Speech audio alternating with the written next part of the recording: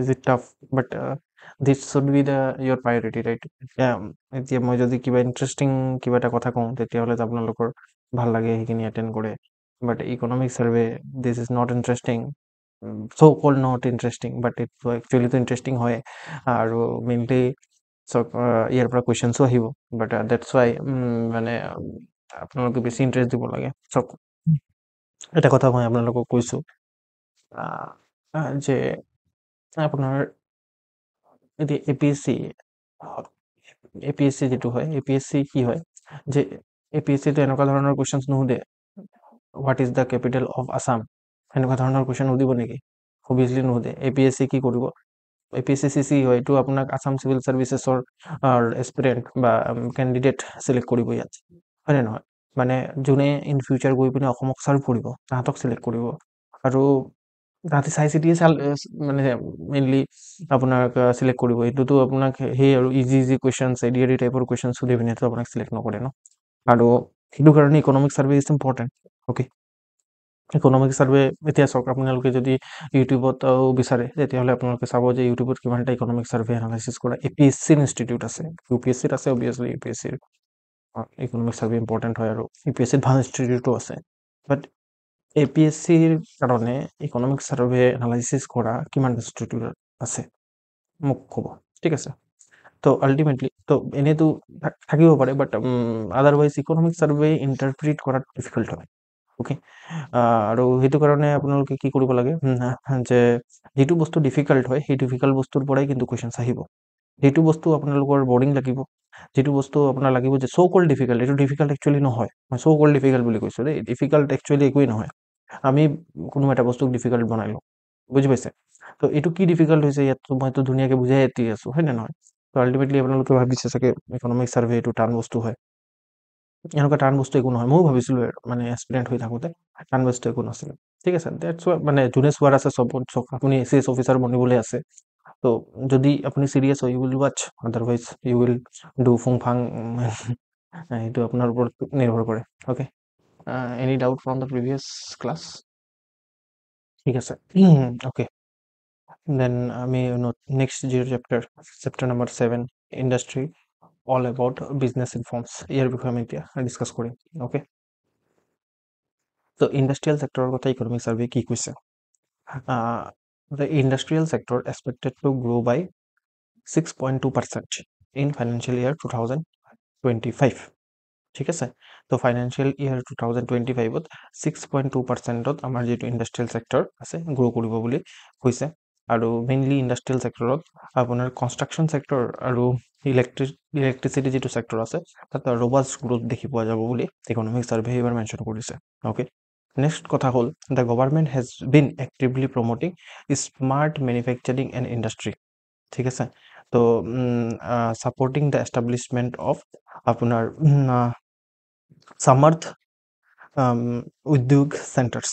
Okay, তো এক্সামিনেশ্যনত আমাৰ কি আহিব পাৰে যে what is this smart manufacturing industry 4.0 বা সামৰ্থ উদ্যোগ চেণ্টাৰ্ছ কি হয়, এইখিনিৰ বিষয়ে আমি পিছত যেতিয়া আমি স্কিমছ কভাৰ কৰিম তেতিয়া আমি ধুনীয়াকৈ পঢ়ি ল'ম। অ'কে, নেক্সট হ'ল আপোনাৰ ফাইনেন্সিয়েল ইয়াৰ 2024ত the Indian automobile domestic sales grow by 12%। তো আল্টিমেটলি আমি কি দেখি পাইছোঁ, ইকনমিক চাৰ্ভে কি নোট ডাউন কৰিছে যে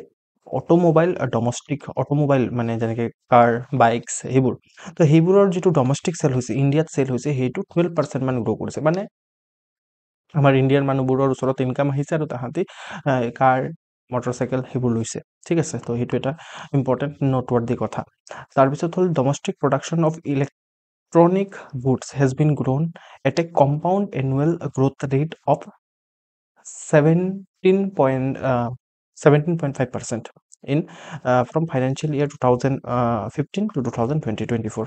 তো ফাইনেন্সিয়েল ইয়াৰ 2015ৰ পৰা 2024ত যিটো আপোনাৰ ইলেক্ট্ৰনিক গুডছ আছে সেই ইলেক্ট্ৰনিক গুডছৰ ডমেষ্টিক প্ৰডাকশ্যন আপোনাৰ কম্পাউণ্ড এনুৱেল যিটো গ্ৰ'থ ৰেট আছে সেইটো 17% বুলি এইবাৰ ইকনমিক চাৰ্ভে নোট ডাউন কৰিছে। দেন আপোনাৰ কৈছে যে এতিয়া 2025ত ফাইনেন্সিয়েল ইয়াৰৰ তো স্মাৰ্টফোন যিমান আছে স্মাৰ্টফোনৰ ভিতৰত মেক্সিমাম আপোনাৰ স্মাৰ্টফোনে ডমেষ্টিকেলি প্ৰডাকশ্যন হয়, ঠিক আছে। 99% স্মাৰ্টফোন আমাৰ ডমেষ্টিকেলি প্ৰডাকশ্যন হয়, সেইটো এটা ইম্পৰ্টেণ্ট নোটৱৰ্ডি কথা। চাওক আগতে কি হৈছিলে যে স্মাৰ্টফোনবোৰ বেছিভাগ সেই চাইনাৰ গোটেই কাণ্ট্ৰি বনাইছিলে মেইনলি, বাট এতিয়া আমাৰ 99% আমাৰ ইণ্ডিয়াত মানে প্ৰডাকশ্যন হয়, আমি যিমানবোৰ স্মাৰ্টফোন মানে ইউজ কৰোঁ। আপোনালোকে ভাবিব যে ছাৰ এতিয়াতো মানে কিছুমান স্মাৰ্টফোনৰ মানে যেনেকৈ for example MI, Redmi, Realme, Oppo' সেইবোৰতো আপোনাৰ চাইনাৰ কোম্পানী হয়, সেইটো কেনেকৈ ইণ্ডিয়াত মেনুফেকচাৰিং হৈছে? বেছিভাগৰতো আমি সেনেকুৱা ধৰণৰে মোবাইল দেখি পাওঁ, বহুত কমেই আমি ইণ্ডিয়ান মানে ব্ৰেণ্ডৰ মোবাইল দেখি পাওঁ। তো সেইবোৰ কি মানে চব কোম্পানী বেলেগ জেগাৰ হ'ব পাৰে, বাট তাৰ মেনুফেকচাৰিং ইউনিটটো আমাৰ ইণ্ডিয়াত আছে, বুজি পালে? Okay, the total annual turnover of pharmaceuticals in financial year 2024 was 4.17 lakh crore, growing at an average rate of 10.1% in the last 5 years. So ultimately যেটো annual turnover আছে, total annual turnover মানে এইটোক আপুনি সিম্পল সেন্সত ক'ব পাৰে sales. Okay, তো কাৰ sales? আমাৰ pharma সেক্টৰৰ sales. তো ফাৰ্মা সেক্টৰৰ সেল কি হৈছে যে আপোনাৰ এভাৰেজ ৰেটত 10.1% এভাৰেজ ৰেটত লাষ্ট 5 ইয়াৰ্ছত গ্ৰ' কৰিছে। এই গোটেইখিনি কথা ক'ত লিখা আছে? আমাৰ ইকনমিক সাৰ্ভেত লিখা আছে। এই গোটেইখিনি কথা আমি ক'ত ইউজ কৰিম? এতিয়া চাওক, কিবা যদি এক্সামিনেশ্যনত ফাৰ্মাটিকেল সেক্টৰৰ ওপৰত কুৱেশ্যন সুধিব পাৰে, কাৰণ আমাৰ গোটেই ইণ্ডিয়াক কি বুলি কোৱা হয় যে আমাৰ ফাৰ্মাচী অফ দ্য ৱৰ্ল্ড বুলি কোৱা হয়। তো তাৰ ওপৰত এটা APSC কুৱেশ্যন সুধিব পাৰে মেইনছত।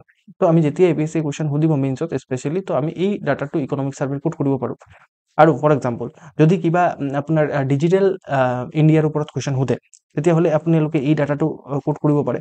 বা যদি ইণ্ডিয়াৰ যিটো মেনুফেকচাৰিং সেক্টৰ আছে, সেই মেনুফেকচাৰিং সেক্টৰৰ ওপৰত কিবা যদি কুৱেশ্যন সোধে, then you can use this data, বুজি পাইছে? তো এই ডাটাবোৰ আমি কি কৰিম, ইন ফিউচাৰ যিটো মেইনছৰ আনচাৰ আছে, সেই মেইনছৰ আনচাৰত ভাল ধৰণে ইউজ কৰিম। That's why I have given you. But এই ডাটাবোৰ প্ৰিলিমছত অহাৰ সম্ভাৱনা বহুত কম আছে, ঠিক আছে, বিকজ চাওক এই ডাটাবোৰ প্ৰিলিমছত আহিলেও আপুনি কিমানটা মনত ৰাখিব, ঠিক আছে। তো দ্যাটছ ৱাই আপোনালোকে কি কৰিব লাগে, জাষ্ট ওপৰে আপোনাৰ প্ৰিলিমছৰ কাৰণে চাব লাগে। পিছত গৈ আপুনি যেতিয়া বেলেগ মেইনছৰ কাৰণে আনচাৰ প্ৰিপেয়াৰ কৰিব, তেতিয়া আমি এই ডাটাবোৰ ইন্টিগ্ৰেট কৰিম এই মেইনছৰ আনচাৰত, বুজি পালে? ওকে, এটা হ'ল ৱৰ্ল্ড ইণ্টেলেকচুৱেল প্ৰপাৰ্টি অৰ্গেনাইজেশ্যন, ঠিক আছে।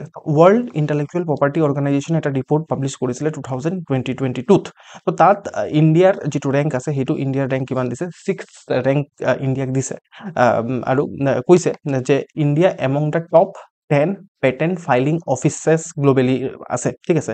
তো ইণ্ডিয়াই যিমান মানে এতিয়া ইণ্ডিয়াত যিমান পেটেন্টটো বুজি পায় ন, ধৰি লওক আপুনি কিবা এটা নতুন প্ৰডাক্ট মানে ইনভেন্ট কৰিলে, ঠিক আছে। তো সেই প্ৰডাক্টটো যাতে আপুনি যেতিয়া বিক্ৰী কৰিব, তাৰ ৰিভাৰ্ছ ইঞ্জিনিয়াৰিং কৰি বেলেগে বনাই ল'ব নোৱাৰে। এই প্ৰডাক্টটো ইমান ৰিচাৰ্চ কৰি যে আপুনি বনাইছে, তাৰ কাৰণে এটা চাৰ্টিফিকেট দিয়ে, তাকে কয় পেটেন্ট, ঠিক আছে। তো আল্টিমেটলি আমাৰ যিটো ইণ্ডিয়া আছে, আমি টপ 10 কাণ্ট্ৰিৰ ভিতৰত পৰোঁ যে আমি যোনে পেটেন্ট ফাইল কৰে, মানে আমাৰ ইয়াত ইনোভেশ্যন হৈ আছে, সেইটো বুজায়, বুজি পাইছে এই পাৰ্টিকুলাৰ ডাটাটোৱে। ওকে, এতিয়া micro' small and medium enterprises বা MSME সেক্টৰৰ কথা কি কৈছে ইকনমিক সাৰ্ভে কৈছে যে এইটো হাইলি ভাইব্ৰেণ্ট সেক্টৰ হয় অফ দ্য ইণ্ডিয়ান ইকনমিৰ আটাইতকৈ ভাইব্ৰেণ্ট, মানে আটাইতকৈ মানে ধৰি লওক মানে যোনে মানে ফ'কাছ মানে এটেণ্ড কৰিছে, সেইটো হ'ল আপোনাৰ এইটো MSME সেক্টৰ, ঠিক আছে। তো ভাইব্ৰেণ্ট সেক্টৰ হয়। তো provide equity funding to MSMEs with the potential to scale up, the government launch আপোনাৰ সেলফ ৰিলায়েণ্ট ইণ্ডিয়া ফাণ্ড। তো আল্টিমেটলি যিমানবোৰ MSME আছে, সেই MSMEবোৰত ইকুইটি ফাণ্ডিং মানে কেপিটেল প্ৰভাইড কৰাৰ কাৰণে, ঠিক আছে, কেপিটেল যিটো দৰকাৰ পৰে, কেপিটেল। তো কেপিটেল প্ৰভাইড কৰাৰ কাৰণে আল্টিমেটলি ইণ্ডিয়ান গভৰ্ণমেণ্টে কি লঞ্চ কৰিছে, আপোনাৰ সেলফ ৰিলায়েণ্ট ফাণ্ড, ঠিক আছে, সেলফ ৰিলায়েণ্ট ইণ্ডিয়া ফাণ্ড। এই সেলফ ৰিলায়েণ্ট ইণ্ডিয়া ফাণ্ডৰ মেইন অবজেক্টিভ কি হয় যে MSME যাতে ইকুইটি ফাণ্ডিং পায়, মানে যিটো কেপিটেল দৰকাৰ পৰে MSMEৰ, সেইটো যাতে পায়। ওকে, ঠিক। তো আল্টিমেটলি ইয়াৰ কৰ্পাছ কিমান, মানে কিমানৰ পৰা ষ্টাৰ্ট হৈছে এইটো আপোনাৰ 50,000 crore, ঠিক আছে। ইয়াৰ কৰ্পাছ মানে হ'ল যে ষ্টাৰ্টিং যিটো কেপিটেল, ঠিক আছে, এই ফাণ্ডটোৰ প্ৰথম কিমান আছিলে ষ্টাৰ্ট পৰ, তাৰপিছততো এতিয়াতে বাঢ়ি যাব পাৰে, এইটো কৰ্পাছ ইমান আছিলে। The government is implementing the micro' and small enterprises cluster development programme to develop cluster across the country, ঠিক আছে। তো এক্সামিনেশ্যনত আপোনাৰ micro' and small enterprises cluster development প্ৰগ্ৰামৰ বিষয়ে সুধিব পাৰে, হয় নে নহয়? সুধিব পাৰে নে নাই? পাৰে, ৰাইট? তো বিকজ কেলে সুধিব পাৰে, ইয়াত আপোনাৰ মেইনলি ইকনমিক ছাৰ্ভেত মেনশ্যন কৰা আছে এই পাৰ্টিকুলাৰ স্কিমটোৰ বিষয়ে। তো হোৱাট ইজ দিছ স্কিম? এই স্কিমটোৱে মেইনলি কি কৰিব, যে ক্লাষ্টাৰ বনাব, cluster develop, cluster, what do you mean by cluster? Cluster মানে হ'ল যে আপোনাৰ এটা ডেজিগনেটেড এৰিয়া, ঠিক আছে, বহুত ডাঙৰ এটা এৰিয়া, তাত কি থাকিব, যে আপোনাৰ এই MSME-বোৰে যাতে নিজৰ আহি পিনে দোকান খুলিব পাৰে বা নিজৰ ফেক্টৰী লগাব পাৰে, ইয়াত আপোনাৰ জাগা থাকিব, ঠিক আছে। ইয়াত ধুনীয়াকৈ ৱাটাৰৰ ব্যৱস্থা কৰা থাকিব, ইলেক্ট্ৰিচিটিৰ ব্যৱস্থা কৰা থাকিব, পেকেজিং ক'ত কৰিব সেইকাৰণে পেকেজিঙৰ ব্যৱস্থা কৰা থাকিব, পেকেজিং মেটেৰিয়েল থাকিব, ইয়াত লেবাৰ এভেইলেবল থাকিব, যাতে MSME-বোৰে ধুনীয়াকৈ প্লাগ এণ্ড প্লে মডেলত কাম কৰিব পাৰে। What do you mean by plug and play? Laptop দেখিছে ন, লেপটপত আপুনি কি কৰে, যে প্লাগ কৰে আৰু প্লে কৰা ষ্টাৰ্ট কৰি দিয়ে, কাম কৰা ষ্টাৰ্ট কৰি দিয়ে। আগৰ দিনৰ সেই ডাঙৰ ডাঙৰ কম্পিউটাৰবোৰত কি আছিলে, যে এইবোৰ ইফালে তামঝাম আছিলে, তাত ইয়াত কোনো ধৰণৰ তামঝাম নাই। তো চিমিলাৰলি আমাৰ যিটো গভৰ্ণমেণ্টে আছে এতিয়া এনেকুৱা ধৰণৰ ক্লাষ্টাৰ বেছড এপ্ৰ'চত ফ'কাছ কৰিছে, য'ত প্লাগ এণ্ড প্লে মডেলত মেইনলি কাম কৰে। তো আল্টিমেটলি আমি MSME-বোৰত সেনেকৈ MSME যিটো ছেক্টৰ আছে তাক আমি সেনেকৈ হেল্প কৰিম, ঠিক? Okay, now solve this question. এইটো কুৱেশ্যন চল্ভ কৰক আপোনালোকে। তো এইমাত্ৰ যিটো বহাইছিলোঁ, সেল্ফ ৰিলায়েণ্ট ইণ্ডিয়া ফাণ্ডৰ মেইন কেলে লাঞ্চ কৰা হৈছে, was launched to support MSMEs obviously, right? তো ultimately B will be the answer. Very good. Next chapter 8। Chapter 8ত ইকনমিক ছাৰ্ভেৰ কি কৰা হৈছে, যে ছাৰ্ভিচবোৰৰ কথা কোৱা হৈছে, যিটোত আমি আমাৰ যিটো ইণ্ডিয়া ষ্ট্ৰং হয় নে নহয়, ছাৰ্ভিচ ছেক্টৰত আমাৰ ইণ্ডিয়া ষ্ট্ৰং হয়। তাত কি নিউ চেলেঞ্জেছ আছে, ঠিক আছে, for the world war house horse, ঠিক আছে, যিটো world war horse, why service sector is called war horse, because এইটোৱে আল্টিমেটলি আমাক বচাই ৰাখিছে, হয় নে নহয়? আল্টিমেটলি আমাৰ ছাৰ্ভিচ এক্সপৰ্টছ কৰি পিনে আমি যিটো টকা পাওঁ, সেইটো টকাৰ কাৰণে আমাৰ যিটো কাৰেণ্ট একাউণ্ট ডেফিচিট বেছি বাঢ়িব পৰা নাই, সেইবোৰ আমি ডিছকাছ কৰিছিলোঁ। ছাৰ্ভিচ ছেক্টৰত আমি কথা অলপ ডিছকাছ কৰিম। ইয়াত ইম্পৰ্টেণ্ট পইণ্টখিনি লিখা আছে। তো যিটো টোটেল GVA আছে, ঠিক আছে, গ্ৰছ ভেলু এডেড ইণ্ডিয়াত। তো আমি জানো যে GDP যিটো আছে, GDP আমি কনজিউমাৰৰ পাৰ্চপেক্টিভৰ পৰা, জেনেৰেল পিপুলৰ পাৰ্চপেক্টিভৰ পৰা GDP-ক আমি মেজাৰ কৰোঁ, ঠিক আছে, বা GDP-ৰ লগত কম্পেয়াৰ কৰোঁ। আৰু GVA কিহৰ কাৰণে হয়, গ্ৰছ ভেলু এডেড ছাপ্লাই ছাইডৰ পৰা চোৱাৰ কাৰণে, বা প্ৰডিউচাৰৰ পইণ্ট অফ ভিউৰ পৰা চোৱাৰ কাৰণে আল্টিমেটলি GVA-ক আমি কনচিডাৰ কৰোঁ। তো আল্টিমেটলি যেতিয়া ছাৰ্ভিচ ছেক্টৰৰ GVA-ত কণ্ট্ৰিবিউশ্যন চাম, তেতিয়াহ'লে আমি পাম যে আমাৰ 2025 ফাইনেন্সিয়েল ইয়েৰত 55.3% হৈছে, ঠিক আছে, যিটো 2014 ফাইনেন্সিয়েল ইয়েৰত 10 বছৰ আগত আপোনাৰ আছিলে অকল আপোনাৰ 50.6%, এতিয়া 55.3% মান হৈছে। মানে মোটামুটি আপোনালোকে মনত ৰাখিব যে 55% মান GVA-ত কণ্ট্ৰিবিউশ্যন কাৰ, ছাৰ্ভিচ ছেক্টৰৰ। ইম্পৰ্টেণ্ট কথা এইটো, অ'কে, ঠিক আছে। যিটো আপোনাৰ গ্ল'বেল ছাৰ্ভিচ এক্সপৰ্ট আছে, ঠিক আছে, তো India held 4.3% share in global service export. মানে গোটেই ৱৰ্ল্ডত, মানে গোটেই গ্ল'বেলি যিমান ছাৰ্ভিচ এক্সপৰ্ট হয়, ঠিক আছে, ছাৰ্ভিচ মানুহে এক্সপৰ্ট কৰে, ছাৰ্ভিচ এক্সপৰ্ট মানে ধৰি লওক আপুনি ভাল টিচিং কৰে, ঠিক আছে, পঢ়াই ভাল, তো আপুনি ইণ্টাৰনেশ্যনেলি কাৰোবাক পঢ়াব পাৰে। তো ইট ইজ লাইক মানে এক্সপৰ্টিং অফ ইয়ৰ ছাৰ্ভিচ, ঠিক আছে, কিবা ছাৰ্ভিচ এক্সপৰ্ট কৰা, মানুহে কল চেণ্টাৰৰ ছাৰ্ভিচ প্ৰভাইড কৰে, BPOৰ ছাৰ্ভিচ প্ৰভাইড কৰে, বেলেগ বেলেগ ধৰণৰ ছাৰ্ভিচ আমি প্ৰভাইড কৰোঁ। মেনুফেকচাৰিঙত আমি ভাল নহ'লেও আমি ছাৰ্ভিচ ছেক্টৰত ভাল ইণ্ডিয়া। তো আল্টিমেটলি আমি যিটো ছাৰ্ভিচ প্ৰভাইড কৰোঁ, সেইটো গোটেই ৱৰ্ল্ডৰ টোটেল যিমান ছাৰ্ভিচ এক্সপৰ্ট কৰা হয় তাৰ 4.3% হয়, অ'কে। আৰু ইণ্ডিয়াৰ কিমান ৰেংক, ইণ্ডিয়াৰ 7th ৰেংক, ঠিক আছে, 7th ৰেংক আমাৰ ইণ্ডিয়াৰ আছে ছাৰ্ভিচ এক্সপৰ্টৰ ক্ষেত্ৰত, অ'কে। আৰু ইণ্ডিয়াৰ যিটো ছাৰ্ভিচ এক্সপৰ্ট আছে, সেই ছাৰ্ভিচ যিটো এক্সপৰ্ট, সেইটো আপোনাৰ 12.8% গ্ৰ' কৰিছে, ঠিক আছে, ইন বা ইন ফাইনেন্সিয়েল ইয়াৰ 2025, অ'কে, ঠিক। তাৰপিছত ইনফৰমেশ্যন আৰু কম্পিউটাৰ ৰিলেটেড ছাৰ্ভিচেছো গ্ৰ' কৰিছে at a trend of 12.8% in the last ডিকেটত 12.8%ৰ দৰত মেইনলি আপোনাৰ ইনফৰমেশ্যন আৰু কম্পিউটাৰ ৰিলেটেড ছাৰ্ভিচেছ গ্ৰ' কৰিছে, increasing their share of overall GVA from 6.3% to 10.9%। অকল ৰঙাখিনি বেছিকৈ মনত ৰাখিবলৈ ট্ৰাই কৰিব, জাষ্ট এপ্ৰক্সিমেটলি মনত ৰাখক। মই জানো যে এইবোৰ বহুত বেছি অভাৰ ডাটা, ঠিক আছে, কিন্তু আল্টিমেটলি ইকনমিক ছাৰ্ভেটো বছৰত এবাৰেই আহে, তো আল্টিমেটলি ইকনমিক ছাৰ্ভেটো ডাটা থাকিবই, হয় নে নহয়? তো মই কৈও থাকোঁ যে আপোনালোকক যে কোনটো ডাটা ইম্পৰ্টেণ্ট হয়, কোনটো ডাটা ইম্পৰ্টেণ্ট নহয়।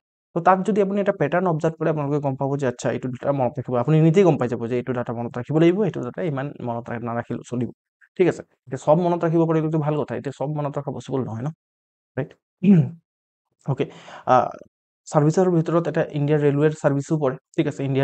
ইণ্ডিয়ান যিটো ৰেলৱে আছে, ইণ্ডিয়ান ৰেলৱে যিটো ছাৰ্ভিচ দিয়ে সেইটো, তো Indian railway recorded 8% growth in passenger tariff originating in financial year 2024, ঠিক আছে। তো আল্টিমেটলি যিটো পেচেঞ্জাৰ টেৰিফ আছে, ঠিক আছে, পেচেঞ্জাৰ টেৰিফত মানে পেচেঞ্জাৰৰ যিটো টেৰিফ আছে তাত 8%ৰ গ্ৰোথ দেখি পোৱা গৈছে, ঠিক আছে। আৰু যিটো ৰেভিনিউ আৰ্নিং ফ্ৰেট আছে, মানে সেই আৰু বস্তু বাহিনী যিটো মালগাড়ীত যিটো লৈ যায়, মালগাড়ীত আপোনাৰ 5%ৰ গ্ৰোথ আমি দেখি পাইছোঁ, ঠিক আছে। এইটো হ'ল আপোনাৰ ৰেলৱেৰ কথা ক'লোঁ, ঠিক আছে। ৰেলৱেত কি হ'ল যে পেচেঞ্জাৰৰ ক্ষেত্ৰত আমি 8% গ্ৰোথ দেখি পাইছোঁ, আৰু যিটো মালবাহী মেইনলি ৰেভিনিউ আৰ্নিং মালবাহীৰ যিটো গাড়ী আছে তাত 5.2%ৰ গ্ৰোথ দেখি পাইছোঁ, ঠিক আছে।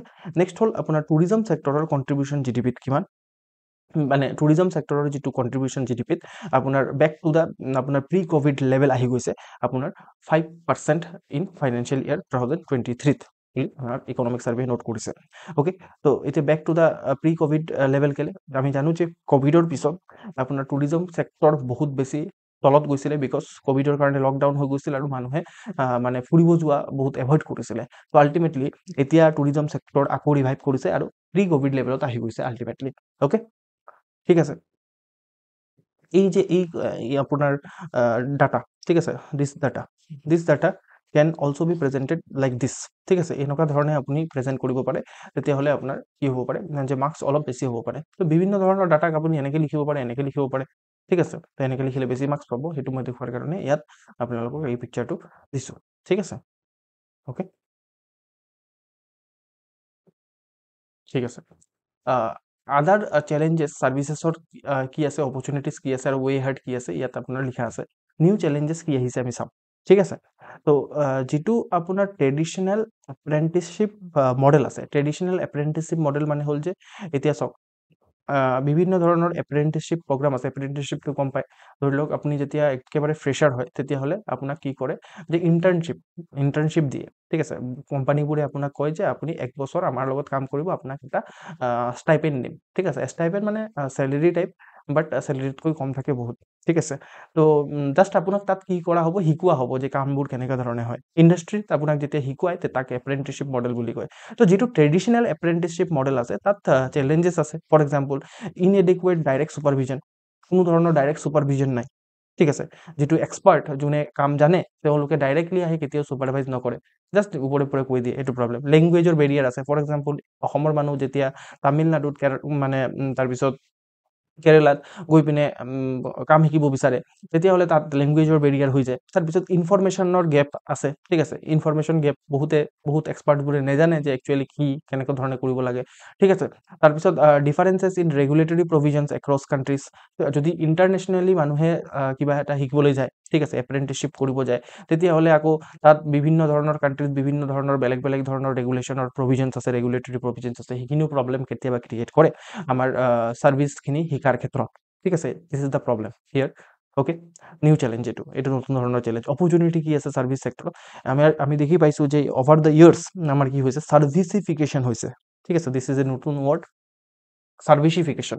ওকে, তো সার্ভিসিফিকেশন কি বস্তু, তো increasing the demand for embedded services. What do mean by embedded services? Embedded services মানে হ'ল যে যিটো ধৰি লওক কিবা এটা সাৰ্ভিচেছৰ লগত মানে এমবেডেড হৈ থাকে। ফৰ এক্সাম্পল আপোনাৰ গাড়ী এটা আছে, গাড়ীত যিটো আপোনাৰ এমবেডেড সাৰ্ভিচ কি হ'ব, ফৰ এক্সাম্পল গাড়ীটো এটা সাৰ্ভিচেই হয়, ফৰ এক্সাম্পল তাত আপোনাৰ ধৰি লওক GPS ট্ৰেকিং যিটো লাগি আছে, সেইটো GPS নেভিগেশ্যন, এইটো এটা এমবেডেড সাৰ্ভিচ। ফৰ এক্সাম্পল আপোনাৰ ওচৰত স্মাৰ্টফোন আছে, স্মাৰ্টফোনৰ যিটো ছফ্টৱেৰ আপডেটছ আহে, সেইখিনি হ'ল এমবেডেড সাৰ্ভিচ, বুজি পালে। তো এই এমবেডেড সাৰ্ভিচবোৰৰ ডিমাণ্ড বহুত বেছি বাঢ়িছে, হয়নে নহয়? এক্সামিনেশ্যনত সুধিব পাৰে what do you mean by embedded service, ঠিক আছে। Embedded service are integrated offering that enhance products functionality. তো আল্টিমেটলি যদি লেপটপ আছে, লেপটপ এটা ওৱান কাইণ্ড অফ প্ৰডাক্ট, তাৰ কাৰণে এমবেডেড সাৰ্ভিচ দৰকাৰ পৰিব, হয় নে নহয়? যেনেকৈ ছফ্টৱেৰছৰ আপডেটছবোৰ সেইখিনি দৰকাৰ পৰিব, হয় নে নহয়? ৰাইট। তো আল্টিমেটলি এই এম্বেডেড ছাৰ্ভিচবোৰৰ ডিমাণ্ড বহুত বেছি বাঢ়ি গৈছে। তাৰপিছত আপোনাৰ adoption of digital technologies and AI in services and manufacturing. তো আল্টিমেটলি কি হৈছে যে AI আৰু ডিজিটেল টেকনলজিৰ এডপশ্যন হৈছে ছাৰ্ভিচবোৰত আৰু মেনুফেকচাৰিংবোৰত। এইটো এটা আমাৰ অপৰচুনিটি হয়। ইয়াত আমি অপৰচুনিটি মানে ইয়াত আমি কাম কৰিব পাৰোঁ। এম্বেডেড ছাৰ্ভিচবোৰত আমি যদি আমাৰ যিটো ডেম'গ্ৰাফিক ডিভিডেণ্ট আছে বা আমাৰ যিমানখিনি ইউথ আছে, আনএমপ্লয়ড ইউথ, তাহাঁতক যদি এই এম্বেডেড ছাৰ্ভিচেছৰ ওপৰত ট্ৰেইন কৰোঁ বা এই যে আপোনাৰ ডিজিটেল টেকনলজি বা AI ট্ৰেইন কৰোঁ, তেতিয়াহ'লে these are the opportunities. Because ইয়াত আমি গোটেই গ্ল'বেলি আমি কি দেখি পাইছোঁ, ডিজিটেল টেকনলজি আৰু AI এডপশ্যন হৈছে, হয়নে নহয়? বেলেগ বেলেগ মেনুফেকচাৰিং ছেক্টৰত, ছাৰ্ভিচ ছেক্টৰত AI আৰু ডিজিটেল টেকনলজি এডপ্ট কৰি আছে, হয়নে নহয়? আৰু প্লাছ এম্বেডেড ছাৰ্ভিচেছৰটো ডিমাণ্ড বাঢ়ি আছে। তো আল্টিমেটলি ইয়াত অপৰচুনিটি আছে, ৰাইট? সেইটো কথা ইয়াত লিখা আছে। তাৰপিছত encashing the strength of global trade in services. তো আল্টিমেটলি আমি জানো যে গ্ল'বেল ট্ৰেড ইন ছাৰ্ভিচেছত আমি ইম্পৰ্টেণ্ট ৰোল প্লে কৰোঁ। তো সেই বস্তুটোক এনকেচ কৰাৰ দৰকাৰ আছে, বুজি পাইছে? সেই বস্তুটোক আৰু বহুৱাৰ দৰকাৰ আছে, বুজি পালে? তো these are the opportunities. What are the way head? কি কৰিব লাগিব? পলিচি ছাপৰ্ট দিব লাগিব গভৰ্ণমেণ্টৰ পইণ্ট অফ ভিউৰ পৰা, ঠিক আছে? Appropriate skilling to reap benefit of digital revolution, বুজি পালে? তো আল্টিমেটলি আমি কি কৰিব লাগিব, যিটো ডিজিটেল ৰিভলিউশ্যন হৈ আছে, তো তাক আমি কি কৰিব লাগিব, মানে আমাৰ যিমানখিনি ইউথ আছে সেইখিনিক আমি এপ্ৰপ্ৰিয়েট স্কিল দিব লাগিব, আৰু সেইটোৰ কাৰণে পলিচি ছাপৰ্টৰ দৰকাৰ পৰিব, ঠিক আছে? অ'কে। তো আৰু কি কৈছে যে reform grassroot level procedures and regulation that hinder growth, বুজি পালে? তো আল্টিমেটলি যিটো গ্ৰাছৰুট লেভেলৰ প্ৰচিডিউৰ্ছ আছে আৰু ৰেগুলেশ্যনছ আছে, তাক আমি ৰিফৰ্ম আনিব লাগিব, যিবোৰে আমাৰ গ্ৰ'থক হিণ্ডাৰ কৰে, বুজি পালে? তো এইখিনি হ'ল আপোনাৰ way ahead. Okay, solve this question. এইটো কুৱেশ্যন সলভ কৰক।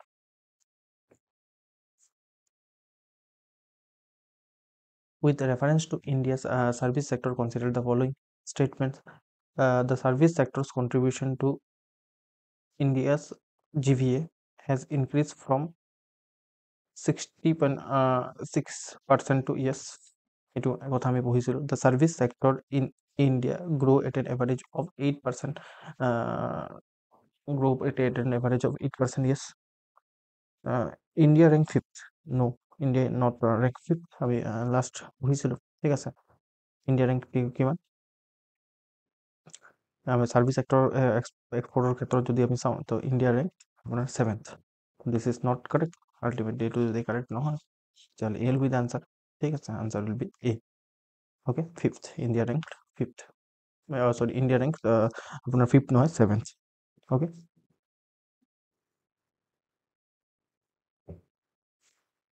নেক্সট চেপ্টাৰ নম্বৰ 9, যিটো এগ্ৰিকালচাৰ আৰু ফুড মেনেজমেণ্টৰ ওপৰত আছে, ঠিক আছে? ইয়াত mainly important observation economic survey কি কৰিছে এইটো চাওঁ। যিটো এগ্ৰিকালচাৰ আৰু এলাইড এক্টিভিটিজ আছে। What do you mean by allied activities? এগ্ৰিকালচাৰৰ লগত যি কিমানখিনি এনিমেল হাজবেণ্ডৰী, ঠিক আছে, পশুপালন, মীন পালন, ঠিক আছে, এইখিনি এলাইড এক্টিভিটিছৰ ওপৰত আহিব।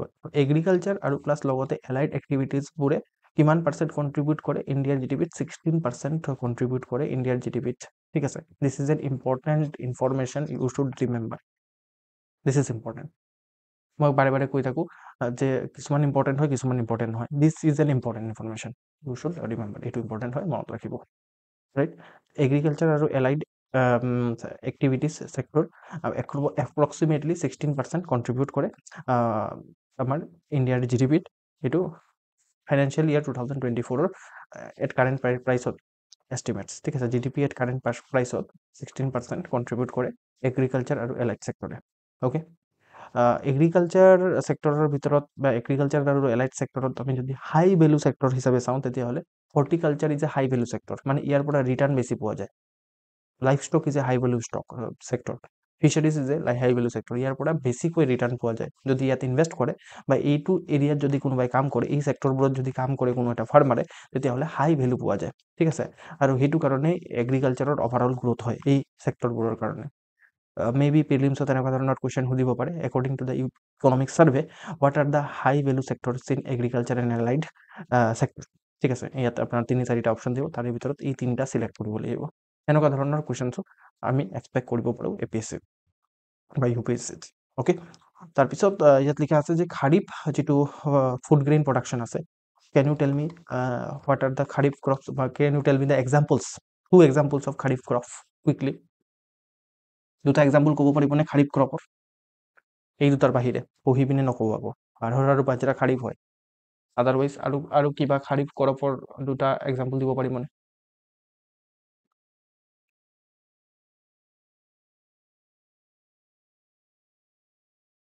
Very good summer crops like মেজ ৰাইচ কটন এইখিনি ঠিক আছে উইথ নহয় ভেৰি গুড তো এই খাৰিফ ক্ৰপৰ আমি মেইনলি ইয়াত প্ৰডাকশ্যনৰ ইয়াত ডাটা দি আছে that is not important but this is important ঠিক আছে ইয়াত প্ৰডাকশ্যনৰ ডাটা কিমান মেট্ৰিক টন আৰু কিমান metric ton this is not important ঠিক আছে বাট খাৰিফ ক্ৰপ কি হয় সেইটো ইম্পৰ্টেণ্ট হয় ঠিক আছে বা মিনিমাম ছাপৰ্ট প্ৰাইচ কি বস্তু হয় সেইটো মই কৈছিলোঁ মিনিমাম ছাপৰ্ট প্ৰাইচ কি হয় তো minimum support price for arhar আৰু বাজৰা আপুনি সেইটো মনত ৰাখিব লাগে যে আৰহাৰ আৰু বাজৰাও খাৰিফ ক্ৰপ হয় নে নহয় আৰহাৰ আৰু বাজৰাও খাৰিফ ক্ৰপ হয় তো আল্টিমেটলি ইকনমিক ছাৰ্ভে কৈছে যে ফাইনেন্সিয়েল ইয়াৰ 2025ত minimum support price for arhar আৰু বাজৰা ইনক্ৰিজ কৰিছে ষ্টেটমেণ্টটো দিব যে minimum support price for arhar আৰু বাজৰা ডিক্ৰিজ কৰিছে দিছ ইজ এ ৰং ষ্টেটমেণ্ট মে বি দিব পাৰে যে আৰহাৰ আৰু বাজৰা ৰাবি ক্ৰপ হয় ৰাবি ক্ৰপ নহয় এইটো আপোনাৰ খাৰিফ ক্ৰপ হয় আৰু এতিয়া উইথ তাৰপিছত ধৰি লওক মেইজ সেইবোৰ খাৰিফ ক্ৰপ হয় বুলি চৰি আপোনাৰ কি কৈ আছোঁ মই উইথ তাৰপিছত আপোনাৰ মেইজ সেইখিনি আপোনাৰ কি হয় উইথ নহয় দেই ৰাইচ উল্টাকে কৈ আছোঁ মই ৰাইচ মেইজ সেইবোৰতো খাৰিফ ক্ৰপ হয় বুলি আমি গেছ কৰিব পাৰোঁ বাট আৰহাৰ বাজৰা এইটো কি হয় এইটো অলপ কনফিউজ হ'ব পাৰোঁ আৰু APSC বা UPSC কি কৰিব যে যিবোৰ বস্তুত আমি কনফিউজ হওঁ সেইবোৰ বস্তুৱে দিব আল্টিমেটলি মনত ৰাখিব আৰহাৰৰ নামো লৈছে ইকনমিক ছাৰ্ভে নাম ল'লে ইম্পৰ্টেণ্ট হৈ যায় ইমান এটা ইম্পৰ্টেণ্ট ডকুমেণ্ট হয় আৰু আপোনালোকে ক্লাছটো এটেণ্ড কৰিব অহা নাই ঠিক আছে ইটছ অ'কে মে বি কিবা প্ৰব্লেম হ'ব পাৰে আপোনালোকে এজনেতো কৈছে মোক প্ৰব্লেম আছে বুলি ঠিক আছে আৰু আপোনাৰ যদি মানে এটলিষ্ট যদি চিৰিয়াছ হয় you should watch in recorded ঠিক আছে আদাৰৱাইজ যদি আপুনি ইকনমিক ছাৰ্ভে নপঢ়াকৈ আপুনি ভাবিছে এইটো টান লাগিছে এইটো নপঢ়োঁ তোমাৰ লোকচান হ'ব কিন্তু ঠিক আছে ইয়াৰ পৰা মই নাজানো ইয়াৰ পৰা কোনটো কুৱেশ্যন উঠাই দিব পাৰে কোনটো টপিক পইণ্টৰ পৰা কুৱেশ্যন ওলাব পাৰে বাট মই আপোনাক APSC হৈ যোৱাৰ পিছত মই শ্ব' কৰিম চক মই এইটো পঢ়াইছিলোঁ এণ্ড ইট ইজ কাম ঠিক আছে মই আৰু বাৰে বাৰে কৈও আছোঁ যে এইটো ওপৰত কুৱেশ্যনছ আহিব বুজি পালে তো যিটো আমি চিয়'ৰ কুৱেশ্যন আহিবই ইকনমিক ছাৰ্ভেৰ পৰা কুৱেশ্যন আহিবই বাজেটৰ পৰা কুৱেশ্যন আহিবই তো সেই বস্তুটোক আমি ভালধৰণে পঢ়িম ন আৰু আল্টিমেটলি সেইটো কাৰণে মই কি কৰিছোঁ যে ইনফেক্ট এতিয়াতো CSET-ৰ ক্লাছ হ'ব লাগে সেইটো CSET-ৰ ক্লাছ ৰখাই পিনে আপোনালোকক পঢ়াবলৈ চেষ্টা কৰিছোঁ ঠিক আছে অ'কে তো আল্টিমেটলি আমি কি গম পালোঁ যে minimum support price for arhar আৰু বাজৰা ইনক্ৰিজ কৰিছে কিমান এক্সেক্টলি ইনক্ৰিজ কৰিছে মনত ৰাখিব পাৰিলে ৰাখক নহ'লে কিন্তু ইমান ইম্পৰ্টেণ্ট নহয় অ'কে বাট মিনিমাম ছাপৰ্ট প্ৰাইচ কি হয় মে বি ইম্পৰ্টেণ্ট হয় এইটোৰ ওপৰত আমাৰ কুৱেশ্যনছ আহিব পাৰে মই অলৰেডি কৈছোঁ আপোনালোকক তাৰপিছত এটা এক্টৰ কথা মেনশ্যন কৰা আছে এইটো হ'ল নেশ্যনেল ফুড ছিকিউৰিটি এক্ট 2013 এইটো দিছ is A very important act ঠিক আছে যাৰ আপোনালোকৰ ঘৰত যদি ৰেচন কাৰ্ড আছে তো under this act ration card হয় মানে ঠিক আছে because of this act ration card আছে তো this is an important act 2013ত পাছ হৈছিলে আৰু এটা ইম্পৰ্টেণ্ট স্কিম আছে প্ৰধানমন্ত্ৰী গৰীব কল্যাণ অন্ন যোজনা ঠিক আছে তো প্ৰধানমন্ত্ৰী গৰীব কল্যাণ অন্ন যোজনা আৰু নেশ্যনেল ফুড ছিকিউৰিটি এক্ট এইটোৱে আপোনাৰ ছিগনিফিকেণ্ট শ্বিফ্ট আনিছে যিটো ফুড ছিকিউৰিটিৰ ক্ষেত্ৰত সেইটো আমাৰ ইকনমিক ছাৰ্ভে কৈছে আৰু যদি স্কিম চাওঁ তেতিয়াহ'লে বাই এজ অফ 31st October 2024 কথা কৈছোঁ obviously 31st October 2024 over 11 crore farmer have been benefited under PM Kisan ঠিক আছে তো আল্টিমেটলি আমাৰ কাৰণে PM Kisan কি হয় ইম্পৰ্টেণ্ট হয় ৰাইট আৰু টোটেল 23.61 লাখ মানে farmers are enrol in PM Kisan Maandhan Yojana ঠিক আছে তো what is PM Kisan Maandhan Yojana what are the difference between them you should remember ঠিক আছে আৰু আপুনি ক'ব ছাৰ আপুনি পঢ়োৱা নাই এইটো ঠিক ধৰণে ঠিক আছে আই উইল টিচ ঠিক আছে এইটো আপোনাৰ ইকনমিক ছাৰ্ভে বাজেট শেষ হৈ যোৱাৰ পিছত আমি মেইনলি স্কিমো চাম ঠিক আছে যিখিনি ইকনমিক ছাৰ্ভে আৰু বাজেটত মেনশ্যন কৰা স্কিমছখিনি সেইখিনি ইম্পৰ্টেণ্ট হ'ব এই বছৰৰ কাৰণে অকল APSC বা UPSCৰ কাৰণে নহয় বিভিন্ন ধৰণৰ যিমানবোৰ এক্সামিনেশ্যন হ'বলগীয়া আছে প্ৰত্যেকটা এক্সামিনেশ্যনৰ কাৰণে সেইখিনি ইম্পৰ্টেণ্ট হ'ব কিষাণ ক্ৰেডিট কাৰ্ডছ তো ইয়াত কিমানটা একাউণ্ট খোলা হৈছে কিষাণ ক্ৰেডিট কাৰ্ডত সেইটো লিখা আছে বাট আমাৰ কাৰণে কিষাণ ক্ৰেডিট কাৰ্ড কি হয় ইম্পৰ্টেণ্ট হয় who are the beneficiaries of Kisan credit cards এইবোৰ আমি জানিব লাগিব তাৰপিছত আপোনাৰ PM ফচল বীমা যোজনা ইয়াত ডাটা দিয়া আছে ইমান ইম্পৰ্টেণ্ট নহয় বাট PM ফচল বীমা যোজনা ক্ৰপ ইঞ্চুৰেঞ্চ এইটো কি বস্তু হয় ইউ শুড ৰিমেম্বাৰ দেন আপোনাৰ ই নাম প্লেটফৰ্ম ঠিক আছে এইটো কি বস্তু হয় ইউ শুড ৰিমেম্বাৰ অ'কে তাৰপিছত আপোনাৰ ফুড প্ৰচেছিং এক্সপৰ্টৰ ক্ষেত্ৰত আমি গ্ৰ' কৰি আছোঁ, ঠিক আছে, য'ত আমাৰ টোটেল এগ্ৰিকালচাৰেল এক্সপৰ্টৰ ফুড প্ৰচেছিং এক্সপৰ্ট আমাৰ 23.4% হয়, ঠিক আছে, আৰু টোটেল যদি আমি এক্সপৰ্ট চাওঁ তেতিয়াহ'লে ফুড প্ৰচেছিং এক্সপৰ্টে 11% কণ্ট্ৰিবিউট কৰে। অ'কে, ইয়াত এই গ্ৰাফবোৰত কি লিখা আছে, য'ত আপুনি গ্ৰাফবোৰ পঢ়িলে চাব যে micro' irrigation, what are the micro' irrigation, এইখিনি মই পঢ়াইছোঁ। মাইক্ৰ' ইৰিগেশ্যন হ'ল যে আপোনাৰ স্প্ৰিংকলাৰ ইৰিগেশ্যন, ঠিক আছে, ড্ৰপ ইৰিগেশ্যন, আমি জানো যে এটা পাইপ দিয়া থাকে, ঠিক আছে, যিমানখিনি গছ আছে গছখিনি ৰুটত জাষ্ট টিপ টিপ টিপ টিপকৈ পানী পৰে, স্প্ৰিংকলাৰ আপোনাৰ ড্ৰিপ ইৰিগেশ্যনৰ কথা কৈছোঁ, স্প্ৰিংকলাৰ পানীত ছিটিয়াই মাৰে, তো সেইবোৰ হ'ল মাইক্ৰ' ইৰিগেশ্যনৰ টেকনিক। তো মাইক্ৰ' ইৰিগেশ্যনৰ টেকনিক, যিটো মাইক্ৰ' ইৰিগেশ্যন আছে সেইটোৰ আমাৰ যিটো এডপশ্যন সেইটো বাঢ়ি আছে, ঠিক আছে, এইটো 2005 to 2010 মোটামুটি আপোনাৰ 2000 হেক্টৰত মেইনলি মাইক্ৰ' ইৰিগেশ্যন আছিলে। এতিয়া এইটো বাঢ়ি পিনে কিমান হৈ গৈছে, মোটামুটি আপোনাৰ কিমান 7,800 মান, ঠিক আছে, 7,800 হেক্টৰত এই মাইক্ৰ' ইৰিগেশ্যন আমি দেখা পাওঁ।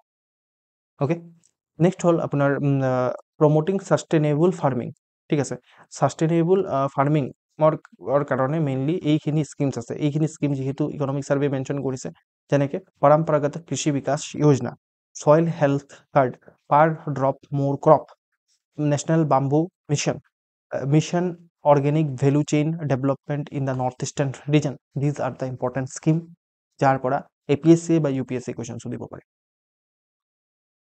চব আল্টিমেটলি ক'ৰ পৰা স্কিমৰ পৰা কুৱেশ্যন আহিব সেইটো আমি গেছে কৰিব পাৰোঁ। কেনেকৈ গেছ কৰিব পাৰোঁ, যিটো ইকনমিক ছাৰ্ভেত মেনশ্যন কৰা থাকিব, যিটো স্কিম বাজেটত মেনশ্যন হৈছে, সেইখিনি মেইনলি আমাৰ কাৰণে ইম্পৰ্টেণ্ট হ'ব, ৰাইট। তাৰপিছত আমি যদি চাওঁ স্মল এণ্ড মাৰ্জিনেল ফাৰ্মাৰক যিটো লোন দিয়াৰ যিটো কথা আছে সেইটো গ্ৰ' হৈছে, ঠিক আছে, ফাইনেন্সিয়েল ইয়াৰত আপোনাৰ ফাইনেন্সিয়েল ইয়াৰ 2015ত অকল 3.47 লাখ কৰোৰ মেইনলি লোন দিয়া হৈছিলে। এতিয়া 14.4 লাখ কৰোৰ ৰুপিজ স্মল আৰু অকল মাৰ্জিনেল ফাৰ্মাৰক লোন দিয়া হৈছে। So' these are the important data. Now solve this question, এইটো কুৱেশ্যন সলভ কৰোঁ।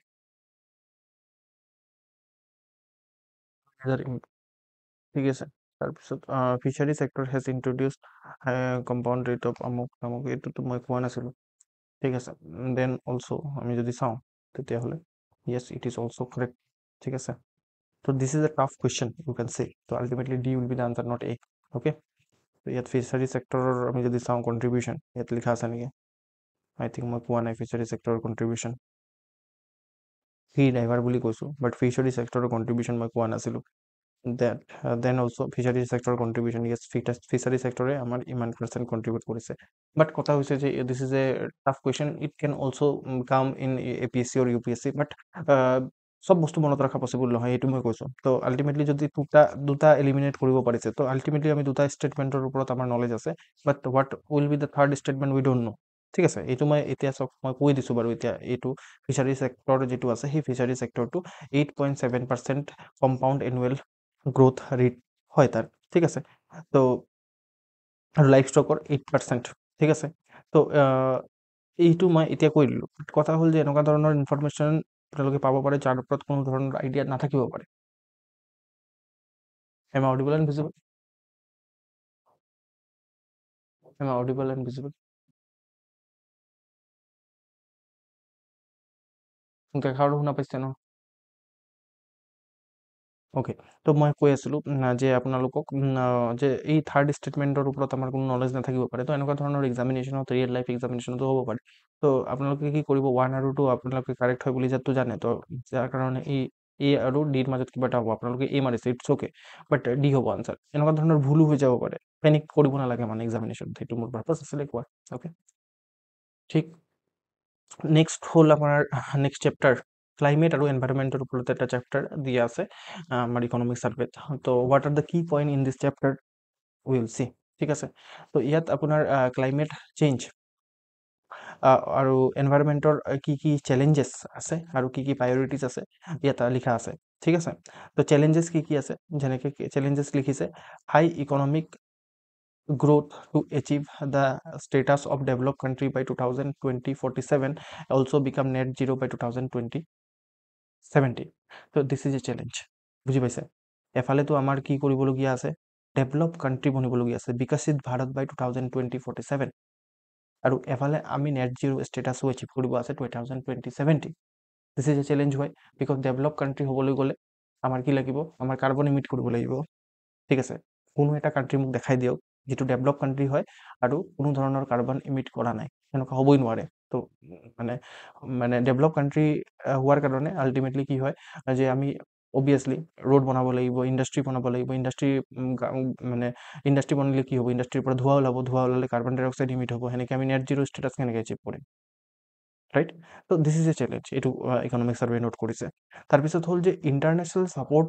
On finance and technology is highly inadequate যিটো ইণ্ডিয়াক ইণ্টাৰনেশ্যনেল কমিউনিটিৰ পৰা ছাপৰ্ট আহে ফাইনেন্সৰ ক্ষেত্ৰত আৰু টেকন'লজিৰ ক্ষেত্ৰত সেইটো ইনএডিকুৱেট হয় ঠিক আছে ইণ্ডিয়াই যিমানটো তাৰ মানে ক্লাইমেট আৰু এনভাইৰমেণ্টৰ লগত ৰিলেটেড কমিটমেণ্টছ মিট কৰিছে সেইখিনি মিট কৰিছে থ্ৰু ইটছ ওন বাজেটৰী ৰিচোৰ্চেছ ঠিক আছে থ্ৰু ইটছ ওন বাজেটৰী ৰিচোৰ্চেছ এনেকুৱা নহয় যে সেইখিনি আমাক মানে কি কয় আমেৰিকা ইউৰোপৰ কাণ্ট্ৰিবোৰে আমাক ফাইনেন্স কৰিছে টেকন'লজি দিছে সেইটো কাৰণে আমি আমাৰ যিমানখিনি কমিটমেণ্টছ আছে ক্লাইমেট আৰু এনভাইৰমেণ্টৰ লগত ৰিলেটেড সেইখিনি আমি পূৰা কৰিব পাৰিছোঁ সেইটো কথা নহয় ঠিক আছে আমি আমাৰ ওন টকাৰ মানে ওন বাজেটৰী ৰিচোৰ্চেছৰ সহায়ত আমি আমাৰ মেইনলি ক্লাইমেট আৰু এনভাইৰমেণ্ট ৰিলেটেড যিমানখিনি কমিটমেণ্টছ আছে সেইখিনি পূৰা কৰিছোঁ ৰাইট তো সেইটো এক নম্বৰ কথা তো আল্টিমেটলি তাৰপিছত কি হ'ল যে এই যিটো মই পঢ়াইছিলোঁ আপোনালোকক COP29ত কি কৰা হৈছে আপোনাৰ এইটোৰ ফুল মিনিং কি হয় আপোনালোকে কওক what is the full meaning of this ঠিক আছে NCQGৰ ফুল মিনিং কি হয় what is the full form of NCQG পৰীক্ষাটো দিব পাৰে এইবাৰ